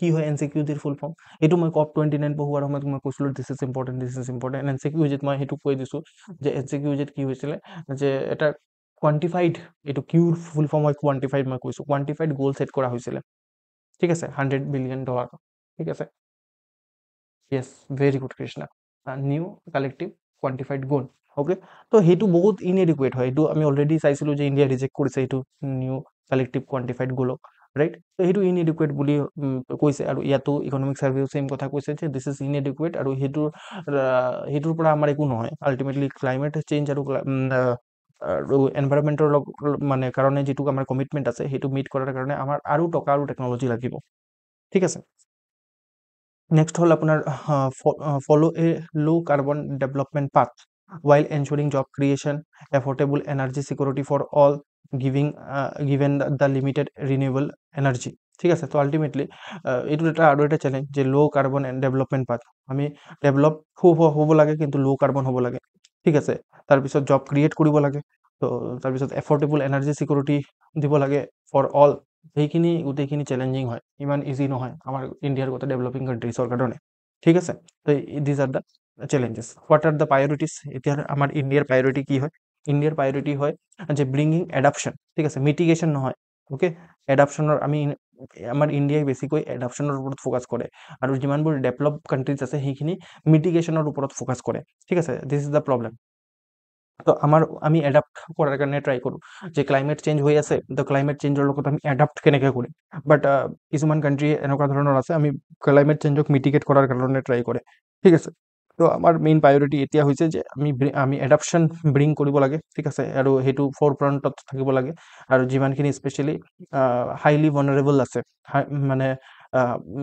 আমাৰ ইণ্ডিয়া যিহেতু আমাৰ হাইলি ভালনাৰেবল ঠিক আছে কাৰণ আমাৰ যিটো কোষ্ট লাইন ভালনাৰেবল হয় যদি চি লেভেল ৰাইজ হয় তেতিয়াহ'লে কোষ্ট লাইনৰ মেইনলি কোষ্টেল এৰিয়াত থকা কমিউনিটিখিনি কি হ'ব ঠিক আছে বায়'ডাইভাৰ্চিটিৰ লোকচান হ'ব পাৰে তো এইখিনি আমাৰ কাৰণে কাৰণ ইণ্ডিয়া এটা মেগা বায়'ডাইভাৰ্ছ কাণ্ট্ৰি হয় তো এইখিনি আমাৰ মেইন মানে কথা তো ultimately we are highly vulnerable to climate change that's why we should focus on adaptation okay next priority হৈছে যে আমাৰ যিটো ইমিশ্যন ইণ্টেনচিটি আছে মই অলৰেডি আপোনালোকক এক্সপ্লেইন কৰিছোঁ এনভাইৰমেণ্ট পঢ়োৱাৰ সময়ত হোৱাট ইজ ইমিশ্যন ইণ্টেনচিটি তো সেই ইমিশ্যন ইণ্টেনচিটিক আমি ৰিডিউচ কৰিব লাগিব ঠিক আছে আৰু যিটো থাৰ্মেল পাৱাৰৰ পৰা যিটো ইমিশ্যনছ হয় সেইখিনিকো আমি মানে ৰিমুভ কৰাৰ কাৰণে আমি টেকন'লজিৰ সহায় ল'ব লাগিব কেনেকুৱা ধৰণৰ টেকনলজি আপোনাৰ super critical technology ultra super critical technology advance ultra super critical টেকনলজিছত আমি সহায় ল'ব লাগিব হোৱাট আৰ দিছ টেকনলজিজ মই আপোনালোকক দিছোঁ বাট ইমান টেকনিকেলিটিছত APSC যাব বুলি মই নাভাবোঁ ঠিক আছে তো এই টেকনলজিৰ মেইন পাৰ্পছ হৈছে যে থাৰ্মেল পাৱাৰ প্লান্টৰ এফিচিয়েঞ্চিটো বঢ়াই দিয়া মানে কম মানে কোল ইউজ কৰি পিনে মেইন মই এই গোটেইকেইটা কিমান ডিগ্ৰী চেলচিয়াছত চলে কিমান এফিচিয়েঞ্চি হয় কিমান পাৰ্চেণ্ট মানে এফিচিয়েঞ্চি হ'ব এইবোৰ দৰকাৰ নাই ঠিক আছে বুজাই পোৱাৰ কাৰণে আল্টিমেটলি এই advance coal based thermal power generation টেকনলজিৰ মেইন পাৰ্পছটো কি সেইটো গম পাওক সেই মেইন পাৰ্পছটো হৈছে যাতে আমি মিনিমাম কোল ইউজ কৰি পিনে মেক্সিমাম আমি পাৱাৰ জেনেৰেট কৰিব পাৰোঁ এইটো কৰাৰ কাৰণে আল্টিমেটলি কি হ'ব লাগিব এফিচিয়েণ্ট হ'ব লাগিব মানে আমাৰ যিমানখিনি থাৰ্মেল পাৱাৰ প্লান্ট আছে থাৰ্মেল পাৱাৰ প্লান্টটো গম পাই ন তাত কোল বাৰ্ণ কৰা হয় যিমানখিনি কয়লা আছে কয়লাক জ্বলাই পিনে আপোনাৰ হিট প্ৰডিউচ কৰা হয় আৰু সেই হিটৰ সহায়ত এটা ৱাটাৰ আছে সেই ৱাটাৰটো গৰম কৰা হয় আৰু ৱাটাৰৰ গৰম কৰিলে কি ওলাব ষ্টিম ওলাব আৰু ষ্টিমৰ সহায়ত এটা টাৰ্বাইন আছে চাক্কাৰ আগতে এইটো ঘূৰে আৰু সেনেকে আপুনি জানে যে টাৰ্বাইন যদি ঘূৰে তেতিয়াহ'লে ইলেক্ট্ৰিচিটি জেনেৰেট হয় নে নহয় তো আল্টিমেটলি এনেকুৱা ধৰণে ইলেক্ট্ৰিচিটি জেনেৰেট হয় আৰু মেক্সিমাম আমাৰ কি হয় ইলেক্ট্ৰিচিটি থাৰ্মেল পাৱাৰ প্লান্টৰ পৰা জেনেৰেট হয় বাট থাৰ্মেল পাৱাৰ প্লান্টৰ পৰা ইমিশ্যনছ বহুতখিনি বেছি হয় মানে কাৰ্বনৰ যিটো ইমিশ্যন আছে সেইটো বহুত বেছি হয় তো সেইটো কাৰণে আল্টিমেটলি আমি কি কৰিব লাগিব থাৰ্মেল পাৱাৰ প্লান্টখিনিক আপগ্ৰেড কৰিব লাগিব ঠিক আছে আমি advance coal based thermal power প্লান্টখিনিৰ technology আনিব লাগিব যেনেকৈ তাত নাম হয় এইবোৰ মানে super critical technology ultra super critical technology advance ultra super critical technology এইখিনি ইয়াৰ নাম হয় ঠিক আছে মানে তাত আপোনাৰ কি হ'ব যে এই থাৰ্মেল পাৱাৰ প্লান্টখিনিৰ এফিচিয়েঞ্চি বাঢ়িব তো APSCয়ে মই নাভাবোঁ যে ইমান ডিটেইলত গৈ পিনে সুপাৰ ক্ৰিটিকেল টেকনলজিৰ কিমান এফিচিয়েঞ্চিত চলে কিমান ডিগ্ৰী টেম্পাৰেচাৰত চলে কিমান প্ৰেছাৰত চলে সেইবোৰতো মানে টেকনিকেল এক্সামিনেশ্যনত বেছিকৈ সোধাৰ সম্ভাৱনা আছে বাট যিহেতু এই টাৰ্মবোৰ মেনশ্যন কৰিছে আমাৰ economic survey that's why I am given you the information ঠিক আছে এইটো ইনফৰমেশ্যন দিছোঁ আপোনালোকক আৰু মই এক্সপেক্ট কৰোঁ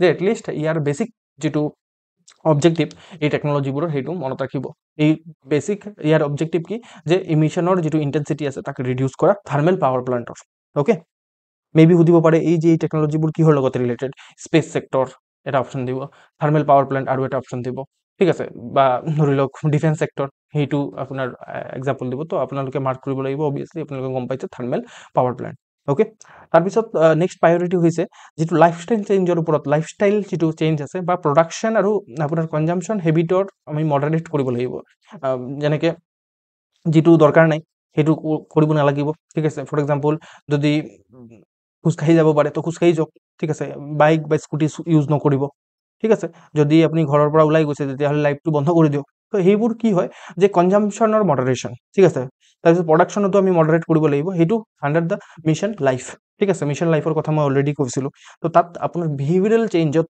মেইনলি ফ'কাছ কৰা হয় ইণ্ডিভিজুৱেলিষ্টিক আমি ক্লাইমেট এফৰ্ট লগাব লাগিব আমি ক্লাইমেট চেঞ্জক যদি মিটিগেট কৰিব বিচাৰোঁ এডপ্ট কৰিব বিচাৰোঁ তেতিয়াহ'লে আমি প্ৰত্যেকটা ইণ্ডিভিজুৱেলে কাম কৰিব লাগিব সেইটোৱে মিছন লাইফৰ মেইন পাৰ্পাছ লাইফষ্টাইল চেঞ্জ কৰা ঠিক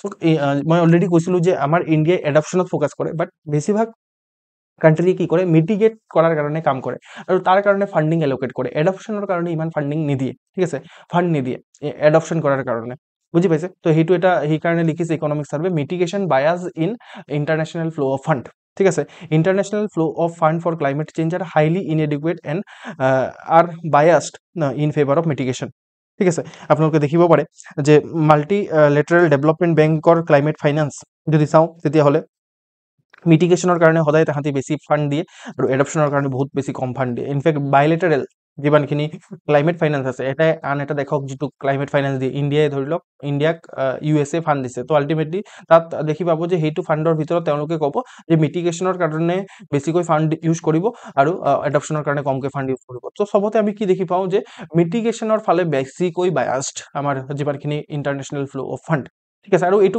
2 নম্বৰ কথা বহুত বেছি ইনএডিকুৱেট হয় অ'কে আৰু ইকনমিক ছাৰ্ভে কৈছে যে আমি যদি চাওঁ গোটেই ৱৰ্ল্ডৰ ভিতৰত 7th most vulnerable country to climate change হ'ল India this is an important information সেইটো ইট কেন বি আস্কড ঠিক আছে অ'কে আৰু এম্ফেচাইজিং আৰ্জেঞ্চি অফ এডপশ্যন তো সেইটো কাৰণে আমি অবভিয়াছলি যিহেতু 7th most vulnerable কাণ্ট্ৰি হয় আমাৰ ইণ্ডিয়া তো আল্টিমেটলি আমি এডপ্ট কৰাৰ কাৰণে এফৰ্টছ লগাব লাগিব India's adaptation related expenditure rose from 3.7% to 5.6% of GDP between financial year 2016 to financial year 2020-22 বুজি পালে তো আলটিমেটলি আমাৰ যেটো এডাপশ্যন ৰিলেটেড এক্সপেণ্ডিচাৰ আছে সেই এডাপশ্যন ৰিলেটেড এক্সপেণ্ডিচাৰটো বাঢ়িছে কিমান আমাৰ 5.6% of GDP in financial year 2020-22 এতিয়াতো আৰু বাঢ়িছে চাগে এতিয়া financial year 2025 হৈ গৈছে বুজি পালে ওকে আৰু আমাৰ যিমানখিনি ইণ্ডিয়াৰ আইএনডিচিছ আছে মই অলৰেডি আপোনালোকক এক্সপ্লেইন কৰিছিলো হোৱাট ইজ আইএনডিচিছ ঠিক আছে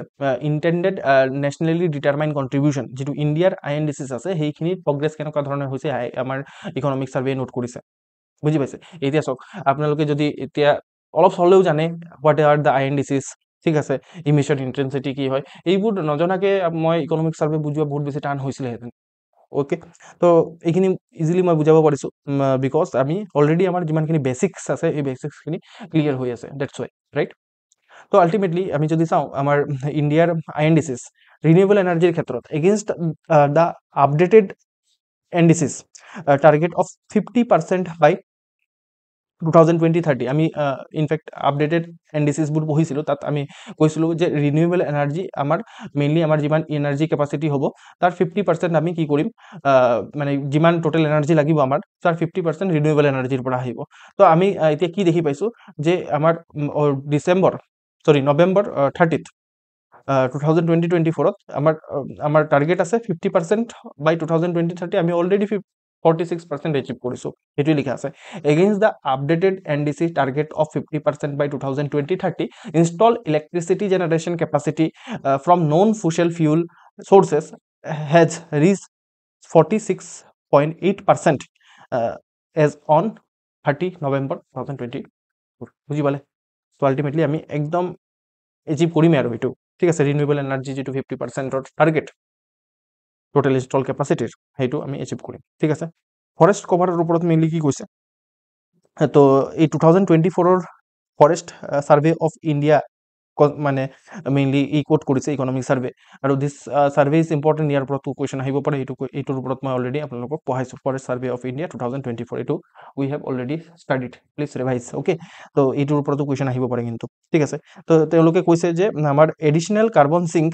of 2.29 billion ton CO2 equivalent has been created between 2005 to 2023 against the NDC target of creating an additional carbon sink of 2.5 to 3 billion tons of CO2 equivalent by 2020-30 তো আমাৰ কৰিবলগীয়া কিমান আছিল 2.5 to 3 billion ton by 2020-30 carbon sink মানে forest ঠিক আছে আমি কিমান কৰিছো এতিয়ালৈকে 2005 to 2020-23 আমি 2.9 ঠিক আছে 2.9 আমি অলৰেডি 2.29 অলৰেডি আমি কৰি থৈছো ঠিক আছে ওকে তো এইটো ফৰেস্ট কভাৰ আৰ কথা নেক্সট আমি যদি ইয়াত ডিস্ট্ৰিবিউশন চাও আমাৰ জুতে এনাৰ্জি কোৰ পৰা আহে কোলৰ পৰা মোটামুটি বহুত বেছি এনাৰ্জি আহে 46% যাক আমি ৰিডিউস কৰিব লাগিব আৰু আমি এডভান্স টেকনলজি ইয়াত ইউজ কৰিব লাগিব যাতে আমি ইমিশনস যেটো আছে হেতু কমাব পাৰো ৰাইট ঠিক তো তাৰ পিছত আমি যদি চাও তেতিয়া হলে তাৰ পিছত সোলাৰৰ পৰা আহে ঠিক আছে রিনিউয়েবল এনার্জির আটাইতকৈ বেছি কোনে কন্ট্রিবিউট করে সোলার এনার্জি কন্ট্রিবিউট করে দেন আপনি যদি চাই তেতিয়া হলে উইন্ড এনার্জি কন্ট্রিবিউট করে দেন হাইড্রো পাওয়ার মানে হাইড্রো মানে যেটো পানিৰ পৰা এনাৰ্জি ওলাই হেতুৱে বাস এই তিনটা মত ৰাখিলে সাফিসিয়েন্ট হ'ব 1 2 3 ঠিক আছে আৰু ম্যাক্সিমাম তো আমাৰ কোলৰ পৰা আহে মানে non fossil fuel based okay তো ইয়াত হিয়াৰ লাইফষ্টাইল ফৰ এনভায়ৰনমেন্ট যেটো আমি মিশন লাইফ বুলি কম তো তাত আলটিমেটলি ইকনমিক সাৰ্ভেও ফোকাস কৰিছে আৰু কৈছে যে এটা কালেক্টিভ একশনৰ পাৱাৰ আছে ঠিক আছে lifestyle change by 13% of global population can reduce carbon intensity by 20% very important data ঠিক আছে তো এইটো বিভিন্ন জায়গাত আপোনালোকে এসেট কোড কৰিব পাৰে বা বেলেগ বেলেগ জায়গাত আপুনি কোড কৰিব পাৰে মানুহে যদি নিজৰ 13 ইয়াত কি কৈছে 13% of the global population যদি নিজৰ লাইফষ্টাইলটো অলপ এনভায়ৰনমেন্ট ফ্ৰেন্ডলি কৰি দিয়ে তেতিয়া হলে কি হ'ব পাৰে 20% কাৰ্বন ইমিশন কমিব পাৰে বুজি পাইছে অকল গুটেই 100% মানে আপোনালোকে কয় নহয় যে স্যার মই অকলে কৰিলে কি হ'ব মই যদি অকলে পলিথিন ইউজ নকৰো বা পলিথিনটো ৰাস্তাত নেপেলাও তেতিয়ালে কি হ'ব বহুত কিবা কিবি হ'ব ঠিক আছে তো এই কাৰণে ইন্ডিভিজুয়াল এফৰ্ট ইজ ইম্পৰ্টেন্ট বহুতে কয় যে স্যার মই অকলে ভোট দিলে কি হ'ব বহুত কিবা কিবি হ'ব আপোনালোকৰ অকলে ভোট দিলে ঠিক আছে ইয়াত আপুনি সব ডাটাই কৈছে ইমানটো আমি তো ৰিজনিং এটলিষ্ট বিলিভ কৰিম ন আমি পঢ়া লিখা মানুহ হয় ৰাইট? তো আমি কি কৰিম যে ৰিজনিঙে কি কয়, ডাটাই কি কয়, ৰিচাৰ্চে কি কয়, ৰিচাৰ্চে কয়, ঠিক আছে, economic survey is the most important authentic আপোনাৰ ৰিচাৰ্চ ডকুমেণ্ট, ঠিক আছে। ইকনমিক সাৰ্ভে কৈছে যে যদি গ্লোবেল পপুলেশ্যনৰ 13% অকল পপুলেশ্যনে লাইফষ্টাইল নিজৰ চেঞ্জ কৰে, এনভাইৰনমেণ্ট ফ্ৰেণ্ডলি কৰে, তেতিয়াহ'লে কি হ'ব পাৰে, আমাৰ কাৰ্বনৰ যিটো ইমিশ্যন 20% লৈকে কমিব পাৰে। হোৱাট এ ব্ৰিলিয়েণ্ট ডাটা, ঠিক আছে। ওকে, নেক্সট হ'ল আপোনাৰ finishing the food on plate can avoid 30 kg of annual food waste per person. বুজি পাইছে? This is another brilliant data, ঠিক আছে। এইটো আপোনাক কৈছে যে আপুনি যদি আপোনাৰ প্লেটত থকা, আপুনি যে প্লেটত অলপ ভাতটো নাখাওঁ, ঠিক আছে, ৰেষ্টুৰেণ্টত গৈ একদম মানে একদম প্ৰথমটো একদম মানে কেতিয়া খাবলৈ নোপোৱাৰ আগতে কাম কৰি থাকে, ঠিক আছে, তাত গৈ পিনে আপুনি কি কৰে যে পূৰা অৰ্ডাৰ কৰি লয়, তাৰপিছত খাবতো নোৱাৰে, তাততো ঘি চি মিলোৱা থাকে, বাটাৰ চাটাৰ মিলোৱা থাকে, খাব পৰা নাযায়, দেখিব লাগে যে পূৰা খাই দিম বুলি, কিন্তু খাব নোৱাৰিব আপুনি তাত, ঠিক আছে। তো আল্টিমেটলি আপুনি যদি ইমানটোৱে লয় যিমানটো আপুনি খাব পাৰিব, ঠিক আছে, খাব পাৰিলে লওক ন, ঠিক আছে। যদি আপুনি খাব নোৱাৰে তেতিয়াহ'লে আপুনি প্লেটত লৈ পিনে কি হ'ব, ঠিক আছে। তো বিয়াতো আমি সেইটো কৰোঁ, যিমানবোৰ ফাংচনছ হয়, বিয়া হয়, সেইবোৰতো আমি এইটো কৰোঁ, বহুত বেছি তাত ফুড ৱেষ্ট হয়। তো ইয়াত কোৱা হৈছে যে আপোনাৰ প্লেটৰ যদি ফুডটো মানে কি কৰে ফিনিছ কৰিব পাৰে, তেতিয়াহ'লে 30 kg of annual food waste কমিব পাৰে, ঠিক আছে। সৰি 30 kg বুলি কি কৈছোঁ মই, 90 kgs of annual food waste. বুজি পাইছে? তো আল্টিমেটলি আপোনালোকে এটলিষ্ট আমি কি কৰিব লাগে, এইবোৰ ডাটা পঢ়ি পিনে এক্সামিনেশ্যনটো কোড কৰিম, সেইটো কাৰণে পঢ়ি আছোঁ আমি আল্টিমেটলি, বাট তাৰ উপৰিও আমাৰ ওপৰত আমাৰ গাটো অলপ ইম্পেক্ট পেলাব লাগে, হয় নে নহয়? আল্টিমেটলি আমিও কি কৰিব লাগে, এটলিষ্ট খোৱাৰ কাৰণে ইমানটো ল'ব লাগে যিমানটো আমি মানে খাব পাৰিম বুলি ভাবোঁ। আৰু ইউ আৰ এডাল্ট নাও, বাচ্চাটো নহয় যে আপুনি গমেই নাপায় যে আপুনি কিমানটো খাব পাৰিব, কিমানটো খাব নোৱাৰে, ঠিক আছে। তো আকৌ খাব পাৰিলে আকৌ অলপ লওক, বিচাৰি লওক, লাজ কৰিবতো নালাগে ন, হয় নহয়? তো বাট আপোনালোকে যিটো ফুডত মানে প্লেটত যিটো ফুড ল'ব সেইটো কিন্তু শেষ কৰিব লাগে, ঠিক আছে। তাৰপিছত car pool can reduce 7,80,000 rides per day save 380 million litre of fuel in India. বুজি পালে? তো যদি কাৰ পুল কৰে, মানুহে যদি নিজৰ পাৰ্চনেল ভেহিকেল ইউজ নকৰি পিনে যদি 3-4জনে মিলি এটা ভেহিকেল লৈ লয় বা তাৰপিছত ক'ৰবাত যোৱাৰ আছে যায়, তেতিয়াহ'লে আল্টিমেটলি কি হ'ব পাৰে যে পাৰ ডে 7,80,000 ৰাইড গ্ল'বেলি বাচিব পাৰে, আৰু তাৰ পৰা 380 মিলিয়ন ফিউল বাচিব পাৰে, ঠিক আছে, যদি ইণ্ডিভিজুৱেল কাৰ নোলোৱাকৈ কাৰ পুল কৰে মানুহে, ঠিক আছে। Recycling 1 ton of newspaper can avoid 25,000 litre of water wastage, ঠিক আছে। আল্টিমেটলি এই কাগজৰ প্ৰডাকশ্যনত বহুত বেছি ৱাটাৰ লাগে আৰু কি, ঠিক আছে। যদি নিউজ পেপাৰ যিমানখিনি হয়, আমি যিমানখিনি যি টি কৰি পিনে পেলাই দিওঁ, সেইখিনি যদি ৰিচাইকেল কৰা হয়, তেতিয়াহ'লে 25,000 লিটাৰ অফ ৱাটাৰ ৱেষ্টেজ কমিব পাৰে। তো এইখিনি মেইনলি মিছন লাইফৰ কথা মানে হাইলাইট কৰিছে ইকনমিক সাৰ্ভে। ওকে, ঠিক।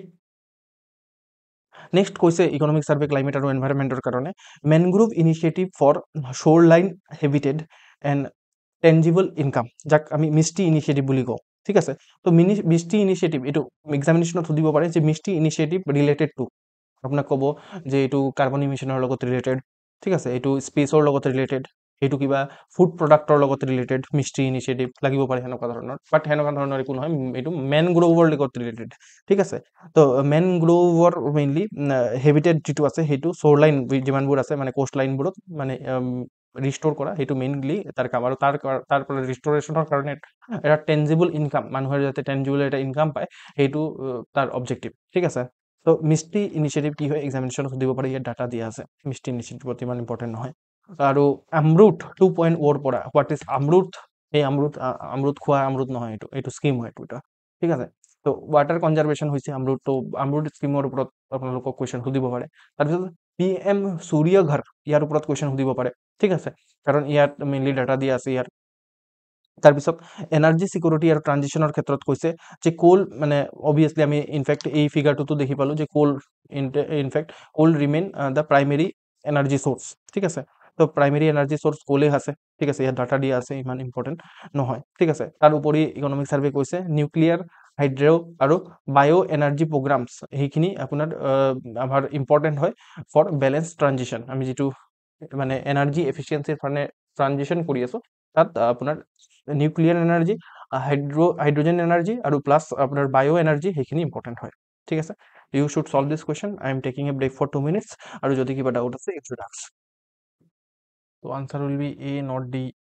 Okay, with reference to India's climate adaptation and spending. ঠিক আছে, তো ইনটু স্টেটমেন্ট, একটু স্টেটমেন্টও correct, but this statement is not correct.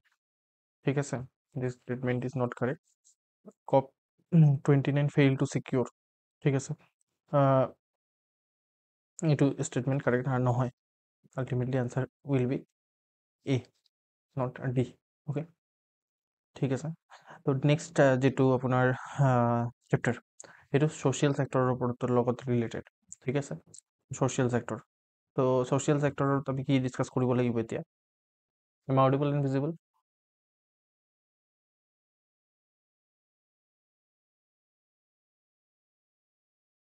যদি আপোনালোকে কিবা নকয় মই কেনেকৈ গম পাম কওকচোন?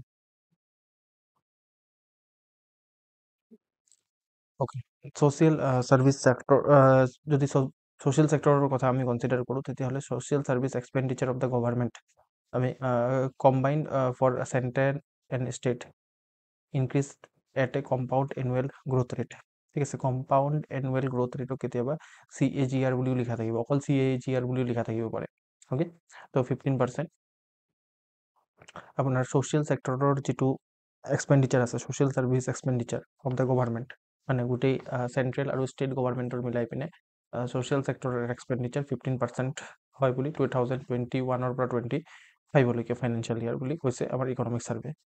তাৰপিছত কৈছে যে Gini coefficient. What do mean by Gini coefficient? এইটো মই ইকনমিক পঢ়োৱাৰ সময়তো কৈছিলোঁ গিনি কফিচিয়েণ্টৰ কথা। গিনি কফিচিয়েণ্টে কি মেজাৰ কৰে? জাষ্ট APSCৰ কাৰণে মনত ৰাখিব যে গিনি কফিচিয়েণ্টে মেজাৰ কৰে কিমান ইনইকুৱেলিটিজ আছে আমাৰ দেশত। ঠিক আছে, তো ইনইকুৱেলিটি মেজাৰ কৰাৰ কাৰণে কিমান মানে ৰিচ আৰু পুৱৰৰ মাজত ইনইকুৱেলিটি আছে। ধৰি লওক মহাৰাষ্ট্ৰত থকা মানুহ এজনৰ লগত ইনইকুৱেলিটি কিমান ৰাজস্থানৰ মানুহ এজনৰ, ঠিক আছে, বা অসমৰ মানুহ এজনৰ বা অৰুণাচলৰ মানুহ এজনৰ। তো সেইটোক মেজাৰ কৰাৰ কাৰণে আপোনাৰ কি ইউজ কৰোঁ আমি? গিনি কফিচিয়েণ্ট ইউজ কৰোঁ।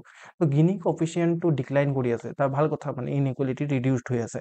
আমাৰ ৰুৰেল এৰিয়াত যদি আমি গিনি কফিচিয়েণ্ট চাওঁ তেতিয়াহ'লে ডিক্লাইন কৰিছে। আপোনাৰ আগতে গিনি কফিচিয়েণ্ট কিমান আছিলে? 2022-23 গিনি কফিচিয়েণ্ট ৰুৰেল এৰিয়াত আছিলে আপোনাৰ 0.266। সেইটো ৰিডিউচ হৈ পিনে এতিয়া গিনি কফিচিয়েণ্ট হৈছে 0.237। একদম ডিটেইলত মনত ৰাখিব নালাগে, জাষ্ট মনত ৰাখক যে ৰুৰেল এৰিয়া আৰু আৰ্বান এৰিয়া মিলাই পিনে গিনি কফিচিয়েণ্ট ৰিডিউচড হৈছে। What is this Guinea coefficient সেইটো মনত ৰাখক অকল। ঠিক আছে, আৰু আৰ্বান এৰিয়াতো আপোনাৰ গিনি কফিচিয়েণ্ট ফল কৰিছে। ঠিক আছে, আপোনাৰ 2022-23 গিনি কফিচিয়েণ্ট আছিলে আৰ্বান এৰিয়াত 0.314 আৰু সেইটো আমাৰ ফল কৰি পিনে 0.284 হৈছে 2023-24ত। ৰাইট, গিনি কফিচিয়েণ্ট ডিক্লাইন কৰিছে। হেল্থ এক্সপেণ্ডিচাৰ আৰু গভাৰ্ণমেণ্টৰ হেল্থ এক্সপেণ্ডিচাৰ কনচিডাৰ যদি কৰোঁ তেতিয়াহ'লে সেইটো ইনক্ৰিজ কৰিছে ফ্ৰম 29% টু আপোনাৰ 48%। ঠিক আছে, তো গভাৰ্ণমেণ্টে নিজৰ যিটো হেল্থ এক্সপেণ্ডিচাৰ আছে সেইটো বঢ়াইছে, আৰু সেই বঢ়োৱাৰ কাৰণে আল্টিমেটলি কি হৈছে, তাৰ ফলস্বৰূপে যিটো পাব্লিক, জেনেৰেল পাব্লিক, তাৰ যিটো আউট অফ পকেট এক্সপেণ্ডিচাৰ আছে। What do mean by out of pocket expenditure?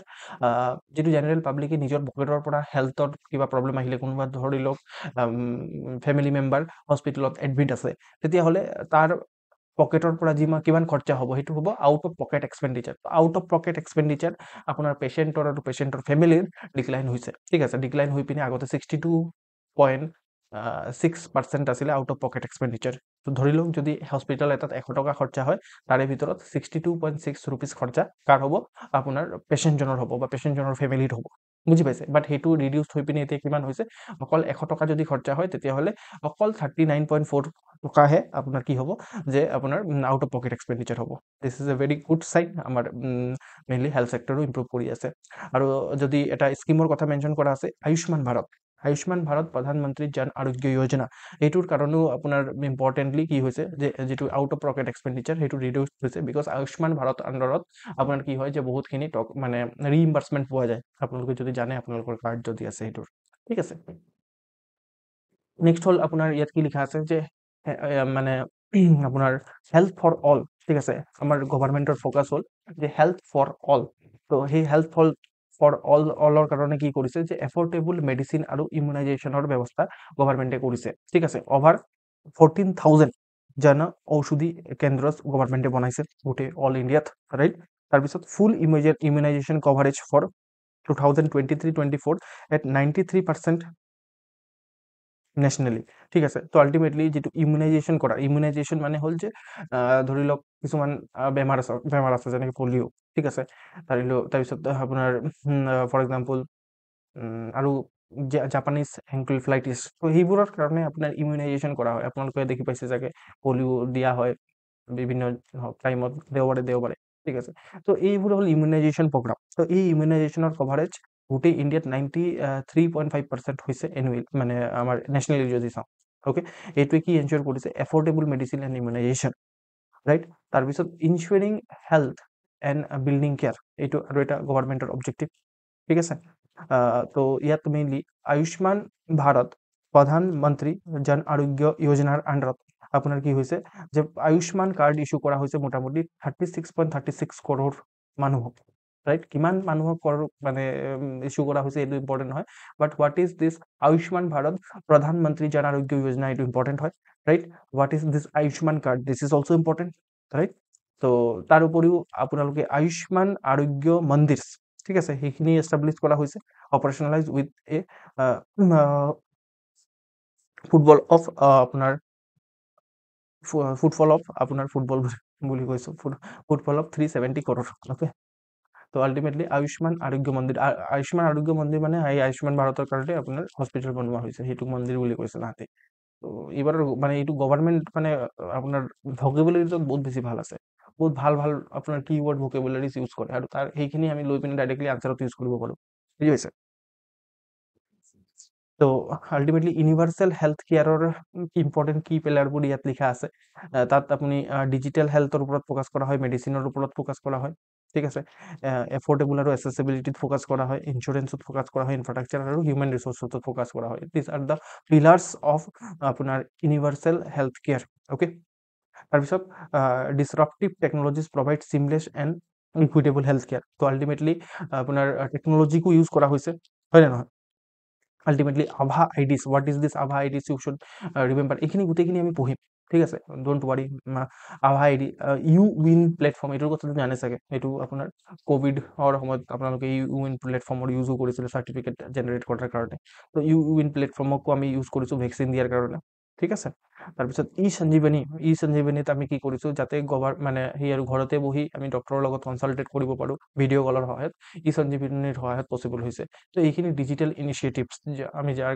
Help লৈছোঁ হেল্থ প্ৰভাইড কৰাৰ কাৰণে ফৰ অল ঠিক নেক্সট হ'ল আপোনাৰ ৰুৰেল ইকনমিৰ এম্পাৱাৰ কৰাৰ কাৰণে আমি কি কৰিছোঁ প্ৰধানমন্ত্ৰী গ্ৰাম সড়ক যোজনা আছে ঠিক আছে তাৰ আণ্ডাৰত বহুত ৰোড বনিছে সেইটো কিমান ৰোড বনিছে এইটো আমি পঢ়ি ল'ব data is not important but this scheme is important okay স্বচ্ছ ভাৰত মিছন গ্ৰামীণ ইয়াৰ আণ্ডাৰত কিমানটা টয়লেট বনিছে ইয়াত লিখা আছে this data is also' not important but this scheme is important mission Amrit Sarovar কিহৰ লগত ৰিলেটেড আপোনাৰ ৱেটলেণ্ডছবোৰৰ লগত ৰিলেটেড মিছন অমৃত সৰোবৰ ঠিক আছে ইয়াৰ এইটো ইম্পৰ্টেণ্ট হয় তাৰপিছত আপোনাৰ national health mission rural okay national health মিছনৰ আণ্ডাৰত আপোনাৰ চাব চেণ্টাৰ বনিছে প্ৰাইমেৰী হেল্থ চেণ্টাৰ বনিছে কমিউনিটি হেল্থ চেণ্টাৰ বনিছে বুজি পাইছে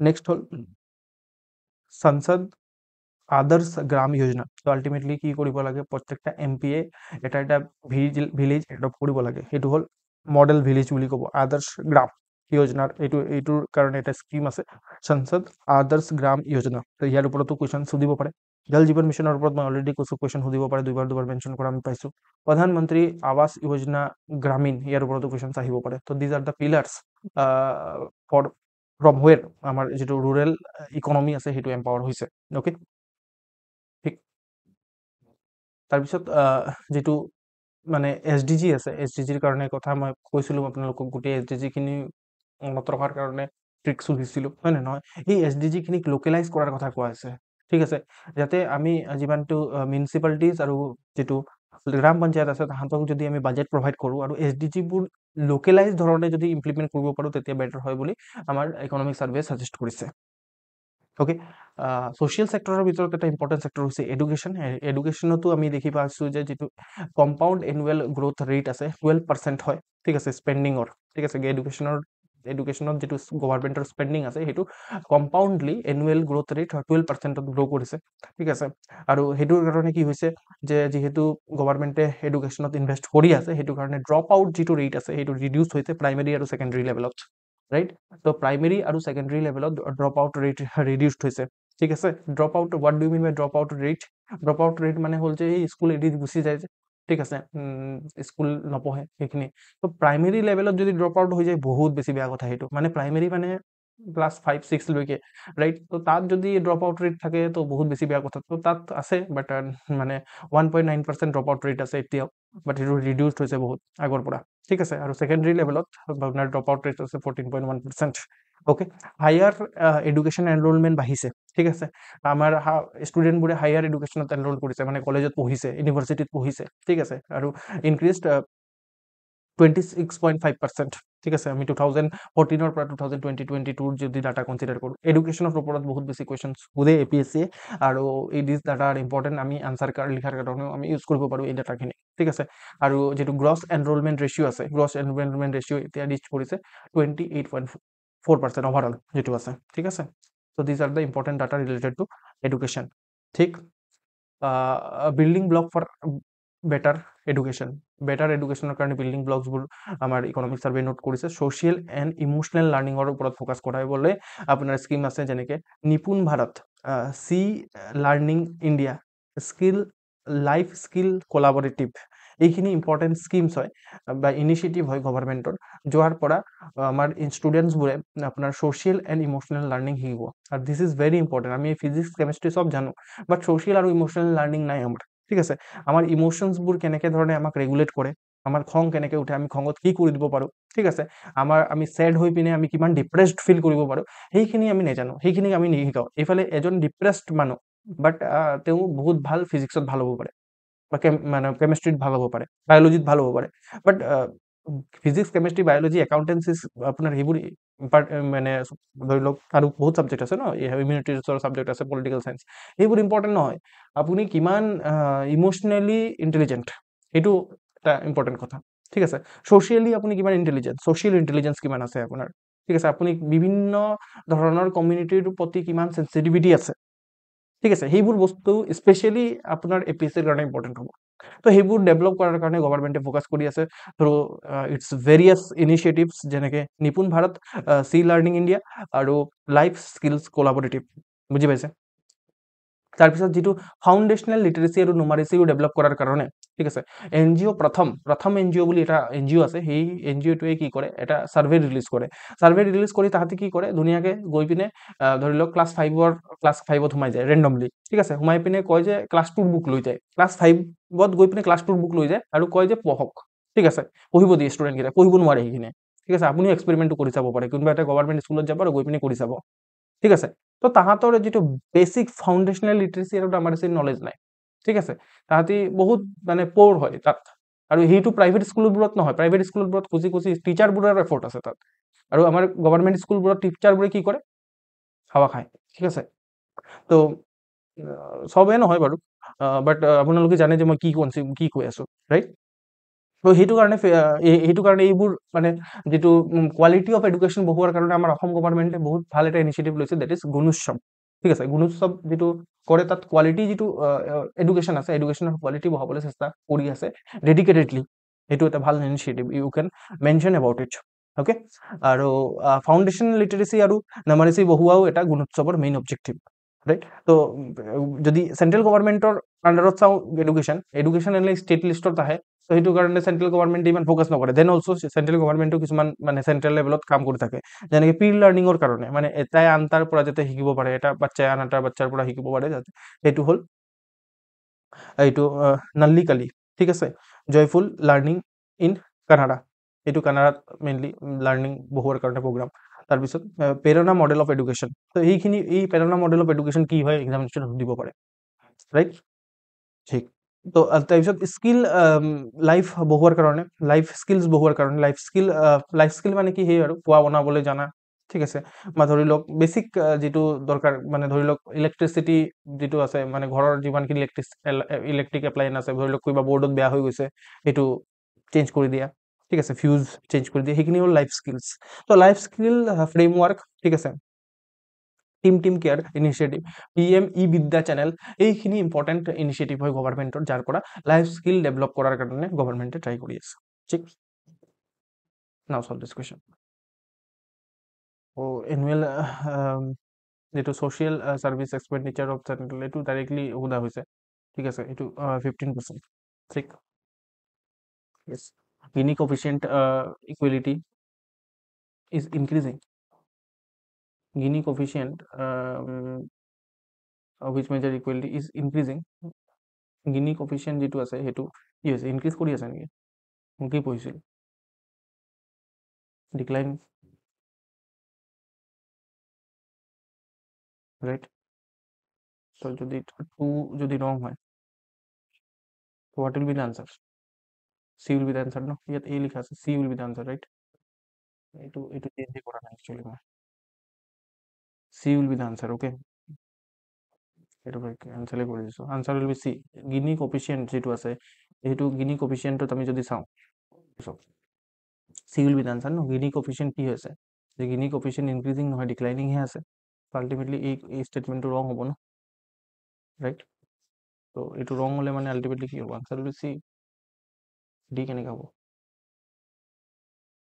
বুজি পাইছে নাই? Is it clear? বুজি পালে?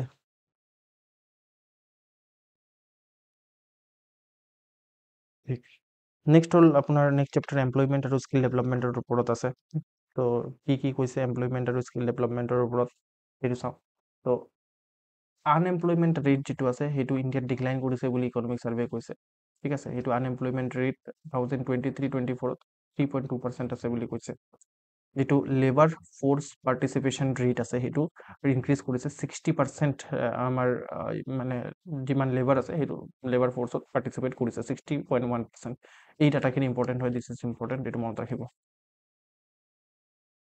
ৱৰ্কিং এজ পপুলেশ্যন যিটো আছে, ৱৰ্কিং এজ পপুলেশ্যন কি 15 ইয়াৰ্ছৰ পৰা 59 ইয়াৰ্ছলৈকে আমি কনচিডাৰ কৰোঁ, তেতিয়াহ'লে মোটামুটি আমাৰ কিমান 924 বুলি ক'ব পাৰে, 924 মিলিয়ন ৱৰ্কিং এজ পপুলেশ্যন আছে, ঠিক আছে।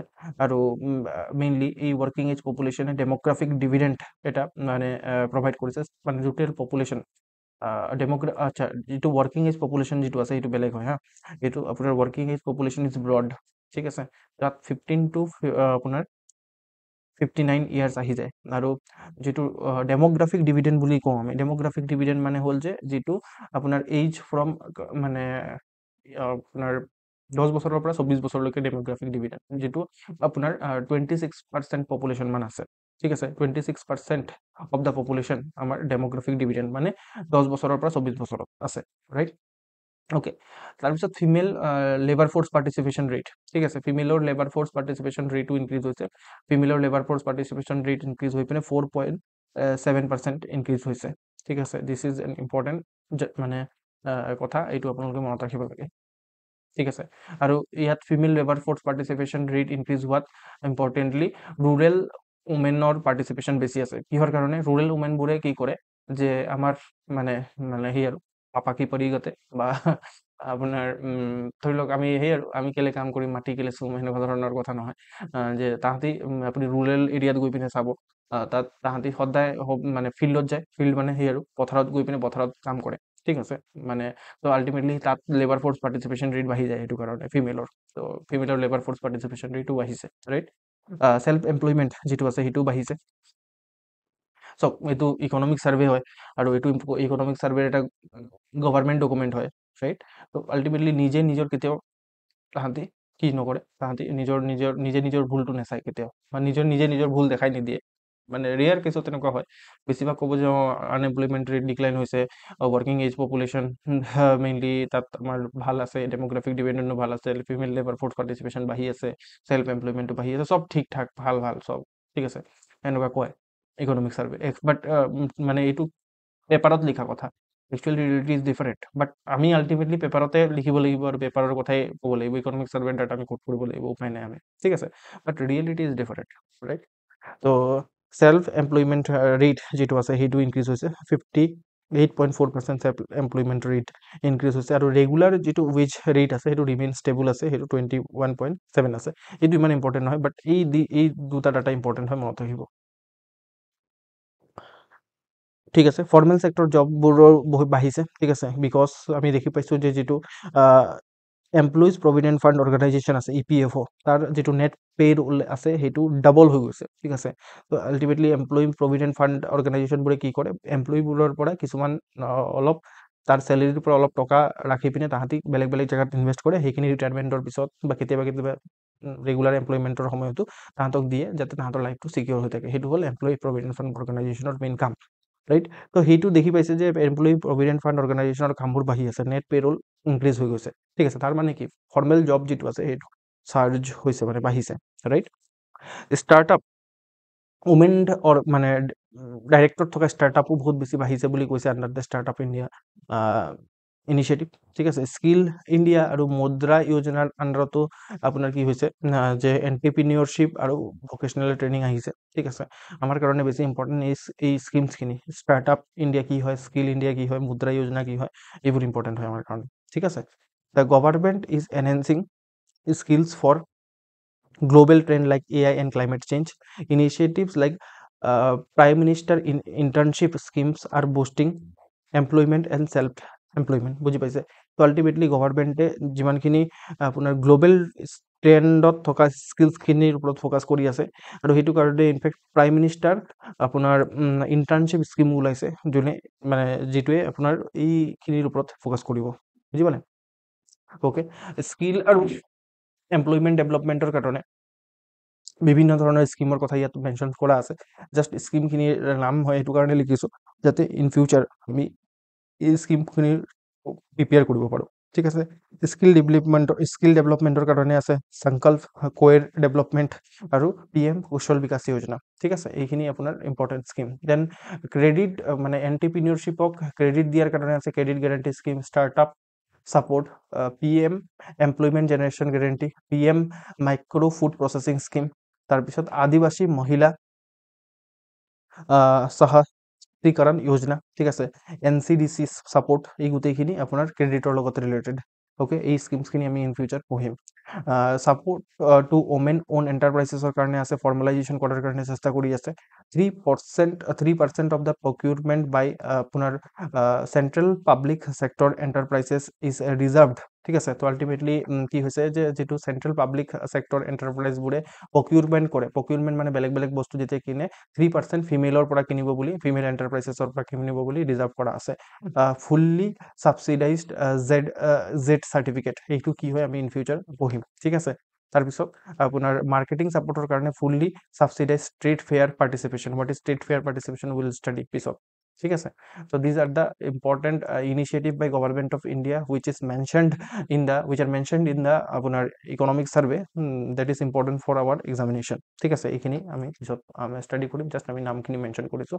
আৰু আপোনালোকে গম পাব লাগে যে এই স্কিমছখিনিৰ কথা ঠিক নেক্সট জব অপৰচুনিটি অনাৰ কাৰণে কি কৰিছে গভৰ্ণমেণ্টে ডিজিটেল ইকনমিৰ সহায় লৈছে ঠিক আছে ইয়াত ইম্পৰ্টেণ্ট কিছুমান ডাটা আছে ইণ্ডিয়াজ ডিজিটেলাইজড মানে digital economy is projected to surpass USD 1 trillion by 2025 বুজি পাইছে তো আল্টিমেটলি এইটো ডাটা ক'ৰবাত কোট কৰিব পাৰে মানে যেতিয়া আমি ডিজিটেলাইজেশ্যনৰ ওপৰত লিখিম India's digital economy is projected to surpass ঠিক আছে আমাৰ যিটো ডিজিটেল ইকনমি আছে ইণ্ডিয়াৰ সেইটোৱে আপোনাৰ 1 ট্ৰিলিয়ন মেইন হৈ যাব বাই 2025 ঠিক আছে এইটো এটা ইম্পৰ্টেণ্ট কথা যিটো গিগ ৱৰ্ক ফ'ৰ্চ আছে গিগ ৱৰ্ক ফ'ৰ্চ মানে সেই আৰু জমেটো ডেলিভাৰী বয় বা এমাজন ফ্লিপকাৰ্টৰ যিমানখিনি ডেলিভাৰী বয় আছে সেইখিনি গিগ ৱাৰ্কাৰ তো সেই গিগ ৱাৰ্কাৰখিনি কি হৈছে যে সেইখিনিও ইনক্ৰিজড হৈ আছে আৰু 2029-2030লৈকে আপোনাৰ 2.35 crore মান ৰিচ কৰিব ইম্পৰ্টেণ্ট ডাটা হয় গিগ ৱাৰ্কাৰৰ ওপৰত অলৰেডি কুৱেশ্যন সুধিছে মে বি আপোনাকো সুধিব পাৰে কুৱেশ্যন